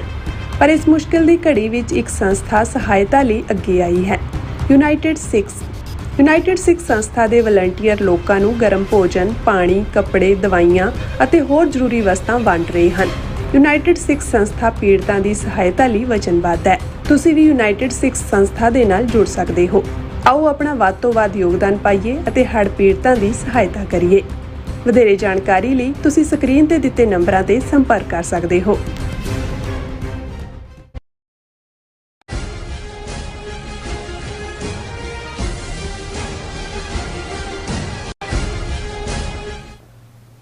Viewers welcome back on programme. So ਇਸ ਗੱਲਬਾਤ ਕਰਨ ਜਾ ਰਹੇ ਹਾਂ ਕਿ ਬੀਜੇਪੀ ਦੇ ਅਰੁਣਾਚਲ ਪ੍ਰਦੇਸ਼ ਤੋਂ ਐਮਪੀ ਤਾਪਰ ਗਾਓ ਨੇ ਮੋਦੀ ਸਰਕਾਰ ਤੋਂ ਮੰਗ ਕੀਤੀ ਹੈ ਕਿ ਤਿੱਬਤੀ ਆਗੂ ਦਲਾਈ ਲਾਮੇ ਨੂੰ ਭਾਰਤ ਰਤਨ ਦਾ ਖਿਤਾਬ ਦਿੱਤਾ ਜਾਵੇ। ਉਸ ਦਾ ਕਹਿਣਾ ਹੈ ਕਿ ਸਾਡੀ ਇਸ ਮੰਗ ਤੇ ਲਗਭਗ 80 ਐਮਪੀ ਸਹਿਮਤ ਹਨ। ਜ਼ਰੂਰ ਦਲਾਈ ਲਾਮੇ ਨੂੰ ਭਾਰਤ ਰਤਨ ਦਿਓ, ਸੋ ਫਿਰ ਚੀਨ ਤੁਹਾਨੂੰ ਇਸ ਰਤਨ ਦਾ ਅਰਥ ਸਮਝਾਏਗਾ। ਸੋ ਇਸ ਬਾਰੇ ਆਪਾਂ ਗੱਲਬਾਤ ਕਰਨ ਜਾ ਰਹੇ ਹਾਂ ਔਰ ਨਾਲ ਜਿਹੜੇ ਤੁਹਾਡੇ ਲਾਈਵ ਮੈਸੇਜ ਨੇ ਉਹ ਵੀ ਆਪਾਂ ਸਾਂਝੇ ਕਰਾਂਗੇ। ਸੋ ਅਸੀਂ ਚਾਹਾਂਗੇ ਕਿ ਤੁਸੀਂ ਇਸੇ ਤਰ੍ਹਾਂ ਬਣੇ ਰਹਿਣਾ। ਦੇਖਣ ਸੁਣਨ ਜਾਂ ਲਿਖਣ ਲਈ ਤੁਹਾਡਾ ਸਭ ਦਾ ਬਹੁਤ ਬਹੁਤ ਸ਼ੁਕਰੀਆ। ਜੀ ਡਾਕਟਰ ਸਾਹਿਬ ਕੀ ਕਹਿਣਾ ਚਾਹੋਗੇ? ਦੇਖੋ, ਇੱਕ ਸਟੇਜ ਤੇ ਜਦੋਂ ਇਹ ਖਬਰਾਂ ਸੀ ਕਿ ਭਾਰਤ ਪਾਕਿਸਤਾਨ ਦੇ ਉੱਤੇ ਜੂਨ 84 ਦੇ ਘੱਲੂਘਾਰੇ ਤੋਂ ਬਾਅਦ ਦੀ ਗੱਲ ਹੈ ਕਿ ਵੀ ਹਮਲਾ ਕਰ ਸਕਦਾ ਹੈ, ਤੇ ਕ੍ਰਿਕਟ ਮੈਚ ਸੀ ਸ਼ਾਇਦ ਦਿੱਲੀ ਦੇ ਵਿੱਚ, ਤੇ ਜ਼ਿਆਉਲ ਹੱਕ ਅਚਾਨਕ ਜਿਹੜਾ ਉਹਨੇ ਪ੍ਰੋਗਰਾਮ ਬਣਾ ਕੇ ਉਹ ਦਿੱਲੀ ਲੈਂਡ ਕੀਤਾ ਕਿ ਜੀ ਕ੍ਰਿਕਟ ਮੈਚ ਦੇਖਣਾ ਹੈ। ਅਸਲ 'ਚ ਉਹ ਇਹ ਨਹੀਂ ਸੀ ਚਾਹੁੰਦਾ ਕਿ ਕੋਈ, ਅਮਰੀਕਾ ਨੇ ਕਿਹਾ ਸੀ ਵੀ ਭਾਰਤ ਦੀ ਨੀਅਤ ਸਾਫ਼ ਨਹੀਂ ਹੈ ਔਰ ਕੋਈ ਵੀ ਇਸ ਕਿਸਮ ਦਾ ਪਾਰਟ ਹੋਏ। ਔਰ ਉਹਦੇ 'ਚ ਕਿਉਂਕਿ ਉਦੋਂ ਰਾਜੀਵ ਗਾਂਧੀ ਪਾਵਰ 'ਚ ਆ ਚੁੱਕਾ ਸੀ, 85 ਦੀ ਗੱਲ ਹੋਏਗੀ, ਔਰ ਉਹਦੇ 'ਚ ਉਹਨੇ ਵੈਸੇ ਜ਼ਿਆਉਲ ਹੱਕ ਨੇ ਰਾਜੀਵ ਗਾਂਧੀ ਦੇ ਕੰਨ 'ਚ ਕਿਹਾ ਕਿ ਵੀ ਹਿੰਮਤ ਨਾ ਕਰੀ ਹਮਲਾ ਕਰਨ ਦੀ, ਅਸੀਂ ਸਾਡੇ ਕੋਲ ਨਿਊਕਲੀਅਰ ਹੈਗਾ। ਔਰ ਉਹ ਅਸਰ ਵੀ ਹੋਇਆ। ਲੇਕਿਨ ਜਦੋਂ ਉਹਨੇ ਪਬਲਿਕ ਪ੍ਰੈਸ ਕਾਨਫਰੰਸ ਕੀਤੀ ਤਾਂ ਉਸ ਤੋਂ ਪਹਿਲਾਂ ਜਿਹੜਾ ਇੰਦਰਾ ਗਾਂਧੀ ਦੇ ਜ਼ਮਾਨੇ 'ਚ ਖਾਨ ਅਬਦੁਲ ਗਫਾਰ ਖਾਨ, ਜਿਹੜਾ ਇੱਕ ਪਖਤੂਨ ਲੀਡਰ ਸੀ ਜਿਹਨੂੰ ਫਰੰਟੀਅਰ ਗਾਂਧੀ ਕਹਿੰਦੇ ਸੀ, ਸਰਹੱਦੀ ਗਾਂਧੀ, ਕਿਉਂਕਿ ਜਿਹੜਾ ਨਾਰਥ ਵੈਸਟ ਫਰੰਟੀਅਰ ਪ੍ਰੋਵਿੰਸ ਸੀ ਉਸ 'ਚ ਇਹ ਪਖਤੂਨਾਂ ਦਾ ਲੀਡਰ ਸੀ। ਪਰ ਗਾਂਧੀ ਦੀ ਨਾਨ ਵਾਇਲੈਂਸ ਦਾ ਪੱਕਾ ਸ਼ਰਧਾਲੂ, ਜਿਵੇਂ ਮਾਸਟਰ ਤਾਰਾ ਸਿੰਘ ਉਹਦੇ ਜਾਲ 'ਚ ਫਸਿਆ, ਐਵੇਂ ਖਾਨ ਅਬਦੁਲ ਗਫਾਰ ਖਾਨ ਵੀ ਫਸਿਆ ਸੀ। ਔਰ ਬਾਅਦ 'ਚ ਜਦੋਂ ਪਾਕਿਸਤਾਨ ਬਣ ਵੀ ਗਿਆ, ਉਹ ਕਾਫੀ ਅਰਸਾ ਉਹਨੇ ਜੇਲ੍ਹਾਂ 'ਚ ਗੁਜ਼ਾਰਿਆ ਖਾਨ ਅਬਦੁਲ ਗਫਾਰ ਖਾਨ ਨੇ, ਕਿਉਂਕਿ ਵੱਖਰੇ ਪਖਤੂਨਿਸਤਾਨ ਦੀ ਗੱਲ ਉਸ ਸਟੇਜ 'ਤੇ ਜਦੋਂ ਕਰਨ ਦਾ ਕੁਛ ਬਣਦਾ ਨਹੀਂ ਸੀਗਾ, ਜਦੋਂ ਗਾਂਧੀ ਦੇ ਨਾਲ ਆਪਣੀ ਕਿਸਮਤ ਜੋੜੀ ਹੋਈ ਸੀ। ਲੇਕਿਨ ਜਿਵੇਂ ਕਾਂਗਰਸ ਨੇ ਡੰਪ ਕੀਤਾ, ਉਹਨਾਂ ਨੂੰ ਤਾਂ ਆਪਣਾ ਜਿਹੜਾ ਉਹ ਸੈਕੂਲਰਿਜ਼ਮ ਦੇ ਲਬਾਦੇ ਥੱਲੇ ਆਪਣਾ ਸੀ, ਕੋਈ ਪਖਤੂਨਾਂ ਨੇ ਥੋੜ੍ਹੀ ਉਹਨਾਂ ਦੇ ਭਾਰਤ ਦੇ ਨਕਸ਼ੇ 'ਚ ਆਉਣਾ ਸੀ। ਹਾਲਾਂਕਿ ਉੱਥੇ ਰੈਫਰੈਂਡਮ 'ਚ ਲੋਕਾਂ ਨੇ ਡਿਸਾਈਡ ਕੀਤਾ ਕਿ ਉਹਨਾਂ ਨੇ ਪਾਕਿਸਤਾਨ ਦੇ ਨਾਲ ਜਾਣਾ। ਲੇਕਿਨ ਇੰਦਰਾ ਗਾਂਧੀ ਨੇ ਇਹ ਦੱਸਣ ਦੇ ਲਈ ਕਿ ਜੀ ਅਸੀਂ ਕਿਵੇਂ ਰਿਗਾਰਡ ਕਰਦੇ ਹਾਂ, ਖਾਨ ਅਬਦੁਲ ਗਫਾਰ ਖਾਨ ਨੂੰ ਸੱਦ ਕੇ ਭਾਰਤ ਰਤਨ ਜਿਹੜਾ ਹਾਈਐਸਟ ਸਿਵਿਲੀਅਨ ਅਵਾਰਡ ਹੈ ਉਹ ਦਿੱਤਾ ਸੀ। ਤੇ ਉਹਨੂੰ ਜ਼ਿਆਉਲ ਹੱਕ ਨੂੰ ਇੱਕ ਪੱਤਰਕਾਰ ਨੇ ਪੁੱਛਿਆ, ਦੇਖੋ ਜੀ ਤੁਸੀਂ ਤਾਂ ਖਾਨ ਅਬਦੁਲ ਗਫਾਰ ਖਾਨ ਨੂੰ ਜੇਲ੍ਹਾਂ 'ਚ ਰੱਖਿਆ ਤੇ ਭਾਰਤ ਨੇ ਉਹਨੂੰ ਭਾਰਤ ਰਤਨ ਦਿੱਤਾ। ਤੇ ਉਹਨੇ ਕਿਹਾ ਜੀ ਜਿਨ੍ਹਾਂ ਦਾ ਉਹ ਰਤਨ ਹੈ, ਰਤਨ ਤਾਂ ਉਹਨਾਂ ਨੇ ਹੀ ਦੇਣਾ ਹੈ, ਉਹਨਾਂ ਦਾ ਹੀ ਰਤਨ ਹੈ, ਭਾਰਤ ਦਾ ਹੀ ਰਤਨ ਹੈ, ਸਾਡਾ ਤੇ ਰਤਨ ਨਹੀਂ ਹੈ। ਹੁਣ ਦਲਾਈ ਲਾਮਾ 14-15 ਸਾਲ ਦੀ ਉਮਰ 'ਚ ਉਹਨੂੰ ਤਿੱਬਤ 'ਚੋਂ ਜਿਹੜਾ ਭਜਾਇਆ, ਜਿਹੜਾ CIA ਅਮਰੀਕਾ ਦੀ ਔਰ ਉਹਨਾਂ ਦੀ ਇੰਟੈਲੀਜੈਂਸ ਬਿਊਰੋ IB, ਉਦੋਂ ਜੇ ਰਾਹ ਨਹੀਂ ਸੀ ਬਣੀ, ਉਹ ਇੰਦਰਾ ਗਾਂਧੀ ਨੇ ਬਣਾਈ 70s, ਉਹਨਾਂ ਦਾ ਜੁਆਇੰਟ ਆਪਰੇਸ਼ਨ ਸੀ। ਹੁਣ ਉਹ 90 ਸਾਲ ਦਾ ਹੋ ਗਿਆ, 15 ਸਾਲ ਦਾ ਉਹ ਆਇਆ ਸੀ। ਕਿੰਨੇ ਸਾਲ ਹੋ ਗਏ? 75 ਸਾਲ 75 ਸਾਲ ਉਹਦਾ ਸੌਦਾ ਚੰਗੀ ਤਰ੍ਹਾਂ ਵੇਚਿਆ। ਚੀਨ ਨੂੰ ਬਦਨਾਮ ਕਰਨ ਲਈ, ਨਿਊਟਰਲਾਈਜ਼ ਕਰਨ ਲਈ ਤਿੱਬਤ ਦਾ ਇਸ਼ੂ ਜਾਰੀ ਹਾਲਾਤ। ਹੁਣ ਜਿਹੜੀ ਉਹਨੇ ਗਵਰਨਮੈਂਟ ਇਨ ਐਗਜ਼ਾਈਲ ਵੀ ਬਣਾਈ, ਫਲਾਣਾ ਢਿਮਕਾ ਵੀ, ਉਹ ਵੀ ਕਹਿੰਦਾ ਜੀ ਮੈਂ ਕੋਈ ਅਲੱਗ ਤਿੱਬਤ ਦੇਸ਼ ਦੀ ਮੰਗ ਨਹੀਂ ਕਰਦਾ, ਵਿਦਨ ਚਾਈਨਾ ਸਾਡਾ ਆਟੋਨੋਮਸ ਸਟੇਟਸ ਰਹੇ ਔਰ ਸਾਡੀ ਲੈਂਗੁਏਜ ਦੂਜੀ ਤੀਜੀ ਉਹ ਸੁਰੱਖਿਅਤ ਰਹੇ। ਉਹ ਚਲੋ ਬਣਦਾ ਵੀ ਹੈ ਕਰਨ ਦਾ, ਪਰ ਗੇਮ ਉਹੀ ਗਵਰਨਮੈਂਟ ਇਨ ਐਗਜ਼ਾਈਲ ਵੀ, ਦੂਜਾ ਵੀ। ਔਰ ਪਹਿਲਾਂ ਉਹਨੇ ਐਲਾਨ ਕੀਤਾ ਸੀ ਅੱਜ ਤੋਂ ਕੁਝ ਸਾਲ ਪਹਿਲਾਂ ਕਿ ਜੀ ਸ਼ਾਇਦ ਮੇਰੇ ਮਰਨ ਤੋਂ ਬਾਅਦ ਜਿਹੜਾ ਉਹ ਰੀਇਨਕਾਰਨੇਸ਼ਨ ਹੁੰਦੀ ਹੈ ਜੀ, ਦਲਾਈ ਲਾਮਾ ਮਰਨ ਤੋਂ ਬਾਅਦ ਉਹ ਆਪੇ ਜਾ ਕੇ ਦੇਖਦੇ ਨੇ ਕਿ ਕਿਸ ਇਲਾਕੇ 'ਚ ਕਿਹੜਾ ਬੱਚਾ ਜੰਮਿਆ ਤੇ ਉੱਥੋਂ ਫਿਰ ਲਾਮਾ ਕੱਢਦੇ ਨੇ, ਉਹਨੂੰ ਪਾਲਦੇ ਨੇ, ਉਹ ਫਿਰ ਦਲਾਈ ਲਾਮਾ ਬਣਦਾ। ਪਹਿਲਾਂ ਉਹਨੇ ਕਿਹਾ ਸੀ ਜੀ ਨਹੀਂ ਮੈਂ ਨਹੀਂ, ਹੁਣ ਉਹਦਾ 90ਵਾਂ ਜਨਮ ਦਿਨ ਸੀ ਔਰ ਉਹਨੇ ਕਿਹਾ ਜੀ ਨਹੀਂ ਮੈਂ ਹੀ ਡਿਕਲੇਅਰ ਕਰਾਂਗਾ ਕਿ ਰੀਇਨਕਾਰਨੇਸ਼ਨ ਜਿਹੜੀ ਹੈ ਕਿੱਥੇ ਹੋਏਗੀ, ਕੀ ਹੋ। ਸੋ ਚਾਈਨਾ ਤੇ ਆਲਰੇਡੀ ਕੰਸਰਨ ਹੈ ਕਿ ਵੀ 75 ਸਾਲ ਹੋ ਗਏ ਤਿੱਬਤ ਨੂੰ ਦੇ ਇਸ਼ੂ ਨੂੰ ਇੰਟਰਨੈਸ਼ਨਲੀ ਹੈ ਉਹਨੂੰ ਉਹ ਜਿਹੜਾ ਉਹ ਬੀਟ ਕਰਕੇ ਉਹਨੂੰ ਬਦਨਾਮ ਕਰਨ ਦੀ ਕੋਸ਼ਿਸ਼ ਕਰਦੇ ਨੇ। ਸੋ ਚਾਈਨਾ ਨੇ ਇਸ ਦੇ ਉੱਤੇ ਬੜਾ ਸਖਤ ਸਟੈਂਡ ਲਿਆ ਕਿਉਂਕਿ ਕਿਰਨ ਰਿਜਿਜੂ ਵੀ ਇਹਨਾਂ ਦਾ ਮਿਨਿਸਟਰ ਉੱਥੇ ਗਿਆ ਹੋਇਆ ਸੀ, ਉਹਨੇ ਵੀ ਦਲਾਈ ਲਾਮੇ ਦੇ ਉਸ ਧਾਰਮਿਕ ਪਾਰਟ ਨੂੰ ਸਪੋਰਟ ਕੀਤਾ। ਹੁਣ ਇਸ ਸਾਰੇ ਦੇ ਚੱਲਦਿਆਂ ਚੀਨ ਨੇ ਬਹੁਤ ਜ਼ਬਰਦਸਤ ਪ੍ਰੋਟੈਸਟ ਇੰਡੀਆ ਨਾਲ ਕੀਤਾ ਕਿ ਭਾਈ ਇਹ ਜਿਹੜਾ ਇਹ ਬਿਲਕੁਲ ਇਹ ਸਾਡੇ ਮਾਮਲਿਆਂ 'ਚ ਦਖਲ ਅੰਦਾਜ਼ੀ ਹੈ। ਪਰ ਮੈਨੂੰ ਇਹ ਲੱਗਦਾ ਹੈ ਕਿ ਵੀ ਕਿਤੇ ਨਾ ਕਿਤੇ ਜਿਹੜਾ ਬੀਜੇਪੀ ਦਾ ਅੰਡਰ ਕਰੰਟ ਹੈ ਔਰ ਜ਼ਾਹਰ ਹੈ ਵੀ ਅੰਡਰ ਕਰੰਟ ਐਵੇਂ ਨਹੀਂ ਹੈ, ਅਮਰੀਕਾ ਨੂੰ ਵੀ ਖੁਸ਼ ਕਰਨ ਦੀ ਲਾਈਨ ਇਹਨਾਂ ਦੀ ਹੁੰਦੀ ਹੈ। ਉਹ ਤਾਂ ਹੁਣ ਟੈਰਿਫ ਤੋਂ ਬਾਅਦ ਕੀ ਹੋਏਗਾ ਕੀ ਨਹੀਂ ਵੱਖਰੀ ਗੱਲ ਹੈ। ਉਹਨਾਂ ਹੁਣ ਅਰੁਣਾਚਲ ਪ੍ਰਦੇਸ਼ ਜਿਹਨੂੰ ਤਿੱਬਤ ਸਾਊਥ, ਜਿਹਨੂੰ ਚਾਈਨਾ ਸਾਊਥ ਤਿੱਬਤ ਕਹਿੰਦਾ, ਚੀਨ ਦਾ ਹਿੱਸਾ ਮੰਨਦਾ, ਉਹਨੇ ਮੰਨਦਾ ਨਹੀਂ ਵੀ ਤੁਹਾਡਾ ਅੱਡ ਸੂਬਾ ਹੈ। ਉੱਥੋਂ ਜਿਹੜਾ ਇੱਕ MP ਟਾਪਿਰ ਗਾਓ ਹੈ ਉਹਨੇ ਇਹ ਮੰਗ ਜਿਹੜਾ 0 ਆਵਰ ਹੁੰਦੀ ਹੈ ਲੋਕ ਸਭਾ ਦੀ ਉਹਦੇ 'ਚ ਚੁੱਕੀ ਕਿ ਵੀ ਜਿਹੜਾ ਦਲਾਈ ਲਾਮੇ ਨੂੰ ਭਾਰਤ ਰਤਨ ਦਾ ਅਵਾਰਡ ਦਿੱਤਾ ਜਾਏ ਕਿਉਂਕਿ ਇਹ ਇਕੱਲਾ ਬੋਧੀਆਂ ਦਾ ਜਾਂ ਤਿੱਬਤੀ ਬੋਧੀਆਂ ਦਾ ਆਗੂ ਨਹੀਂ ਹੈ, ਇਹ ਮਸੀਹਾ ਹੈ ਦੁਨੀਆ ਦੇ ਵਿੱਚ ਅਮਨ ਦਾ, ਪੀਸ ਦਾ, ਨੌਨ ਵਾਇਲੈਂਸ ਦਾ, ਫਲਾਣਾ ਢਿਮਕਾ, ਇਹਨੂੰ ਜਿਹੜਾ ਉਹ ਭਾਰਤ ਰਤਨ ਦਿੱਤਾ ਜਾਏ। ਔਰ ਔਰ ਕਹਿੰਦਾ ਮੈਂ ਮੋਦੀ ਨੂੰ ਮਿਲਾਂਗਾ। ਔਰ ਇਸੇ ਵੇਲੇ ਇਹਨੇ ਮੀਡੀਆ ਰਿਪੋਰਟਿੰਗ 'ਚ ਇਹ ਵੀ ਆਇਆ ਕਿ ਉੜੀਸਾ ਤੋਂ ਬੀਜੇਪੀ ਦਾ MP ਸੁਰਜੀਤ ਕੁਮਾਰ ਹੈ, ਉਹਨੇ ਇੱਕ all India parliamentary forum for Tibet ਬਣਾਈ ਹੋਈ ਹੈ। ਉਹਦੇ ਥੱਲੇ ਉਹਨੇ 80 ਦੇ ਕਰੀਬ MPs ਦੇ ਦਸਤਖਤ ਲਏ ਹੋਏ ਨੇ, ਜਿਹਦੇ ਥੱਲੇ ਨਰਿੰਦਰ ਮੋਦੀ ਨੂੰ ਜੁਲਾਈ ਦੇ ਜਿਹੜਾ ਐਂਡ 'ਚ ਕਿਸੇ ਵੇਲੇ ਵੀ, ਹੁਣ ਅੱਜ ਮਿਡ ਜੁਲਾਈ ਤਾਂ ਹੋ ਗਿਆ, ਅਗਸਤ ਹੋਏਗਾ, ਉਹਨਾਂ ਨੇ ਉਹ ਪਟੀਸ਼ਨ ਦੇਣੀ ਹੈ ਕਿ ਦਲਾਈ ਲਾਮੇ ਨੂੰ ਜਿਹੜਾ ਉਹ ਭਾਰਤ ਰਤਨ ਦਾ ਅਵਾਰਡ ਦਿੱਤਾ ਜਾਏ। ਅਸੀਂ ਵੀ ਇਹਨਾਂ ਦੀ ਪਟੀਸ਼ਨ ਦੇ ਵਿੱਚ ਆਪਣੀ ਆਵਾਜ਼ ਸ਼ਾਮਲ ਕਰਦੇ ਹਾਂ। ਅਸੀਂ ਕਹਿੰਦੇ ਦਲਾਈ ਲਾਮਾ ਬਹੁਤ ਮਹਾਨ ਹੈ, 75 ਸਾਲ ਉਹਨੇ ਤੁਹਾਨੂੰ ਬਹੁਤ ਕੰਮ ਦਿੱਤਾ ਹੈ ਤੇ ਜਿਹਦੇ ਤੋਂ ਕੰਮ ਲਿਆ ਹੋਏ ਉਹਦਾ ਘੱਟੋ ਘੱਟ ਮੁੱਲ ਜ਼ਰੂਰ ਪਾਉਣਾ ਚਾਹੀਦਾ। ਇਹਨੂੰ ਮਰਨ ਤੋਂ ਪਹਿਲਾਂ ਭਾਰਤ ਰਤਨ ਜ਼ਰੂਰ ਦੇ ਦਿਓ। ਤੇ ਰਤਨ ਕੀ ਹੁੰਦਾ ਹੈ ਤੇ ਭਾਰਤ ਦਾ ਕੀ ਹੈ ਤੁਹਾਨੂੰ ਸ਼ਾਇਦ ਸਮਝ ਨਹੀਂ ਆਇਆ। ਚੀਨ ਤੁਹਾਨੂੰ ਫਿਰ ਇਸ ਭਾਰਤ ਰਤਨ ਦਾ ਅਰਥ ਚੰਗੀ ਤਰ੍ਹਾਂ ਸਮਝਾਏਗਾ ਕਿ ਇਹ ਜਿਹੜਾ ਤੁਹਾਡਾ ਜੂਲ ਹੈ ਜਿਹਨੂੰ 75 ਸਾਲ ਤੁਸੀਂ ਵਰਤਿਆ, ਇਸ ਸਾਰੇ ਦੀ ਜਿਹੜੀ ਹੈ ਉਹ ਡੈਫੀਨੇਸ਼ਨ ਕੀ ਹੈ ਇਸ ਭਾਰਤ ਰਤਨ ਦੀ, ਇਹ ਚੀਨ ਹੀ ਦੱਸੇਗਾ। ਸੋ ਅਸੀਂ ਵੀ ਰਿਕਮੈਂਡ ਕਰਦੇ ਹਾਂ ਕਿ ਜ਼ਰੂਰ ਇਹਨਾਂ ਨੂੰ ਭਾਰਤ ਰਤਨ ਅਵਾਰਡ ਕਰੋ। ਜੀ ਡਾਕਟਰ ਸਾਹਿਬ ਤੁਹਾਡਾ ਬਹੁਤ ਬਹੁਤ ਸ਼ੁਕਰੀਆ। ਹੁਣ ਆਪਾਂ ਜਿਹੜੇ ਵਿਊਅਰਸ ਮੈਸੇਜ ਨੇ ਉਹ ਲੈਣ ਜਾ ਰਹੇ ਹਾਂ। ਸਭ ਦਾ ਬਹੁਤ ਬਹੁਤ ਸ਼ੁਕਰੀਆ ਅਦਾ ਕਰਦੇ ਹਾਂ। ਨਿਹੰਗ ਸਿੰਘ ਜੀ ਸਾਡੇ ਪਹਿਲੇ ਵਿਊਅਰ ਨੇ, ਸਾਨੂੰ ਫਤਿਹ ਬੁਲਾਉਂਦੇ ਨੇ। ਵਾਹਿਗੁਰੂ ਜੀ ਕਾ ਖਾਲਸਾ, ਵਾਹਿਗੁਰੂ ਜੀ ਕੀ ਫਤਿਹ। ਔਰ ਸਨਮਲ ਜੀ ਔਰ ਬਲਵਿੰਦਰ ਸਿੰਘ ਜੀ ਵੀ, ਔਰ ਫਿਰ ਇਸੇ ਤਰ੍ਹਾਂ ਧਰਮ ਸਿੰਘ ਜੀ, ਮੁਹੰਮਦ ਯਾਕੂਬ ਜੀ ਕਹਿੰਦੇ ਡਾਕਟਰ ਸਾਹਿਬ ਮਿਸ ਨੀਲਮ ਬੋਲੇ ਸੋਨੇਹਾਲ, सत श्री अकाल। दुनिया के कहते हालात है दिन ब दिन बदतर हो रही है। और इसी तरह ब्रह्मलीन भिंदर जी भी, और इस तरह गुरविंदर सिंह जी भी, गुरविंदर मान जी भी, और अमरजीत सिंह सैनी जी भी, हरमन पन्नू जी भी, फिर इसी तरह निहंग सिंह जी, मनजीत सिंह जी।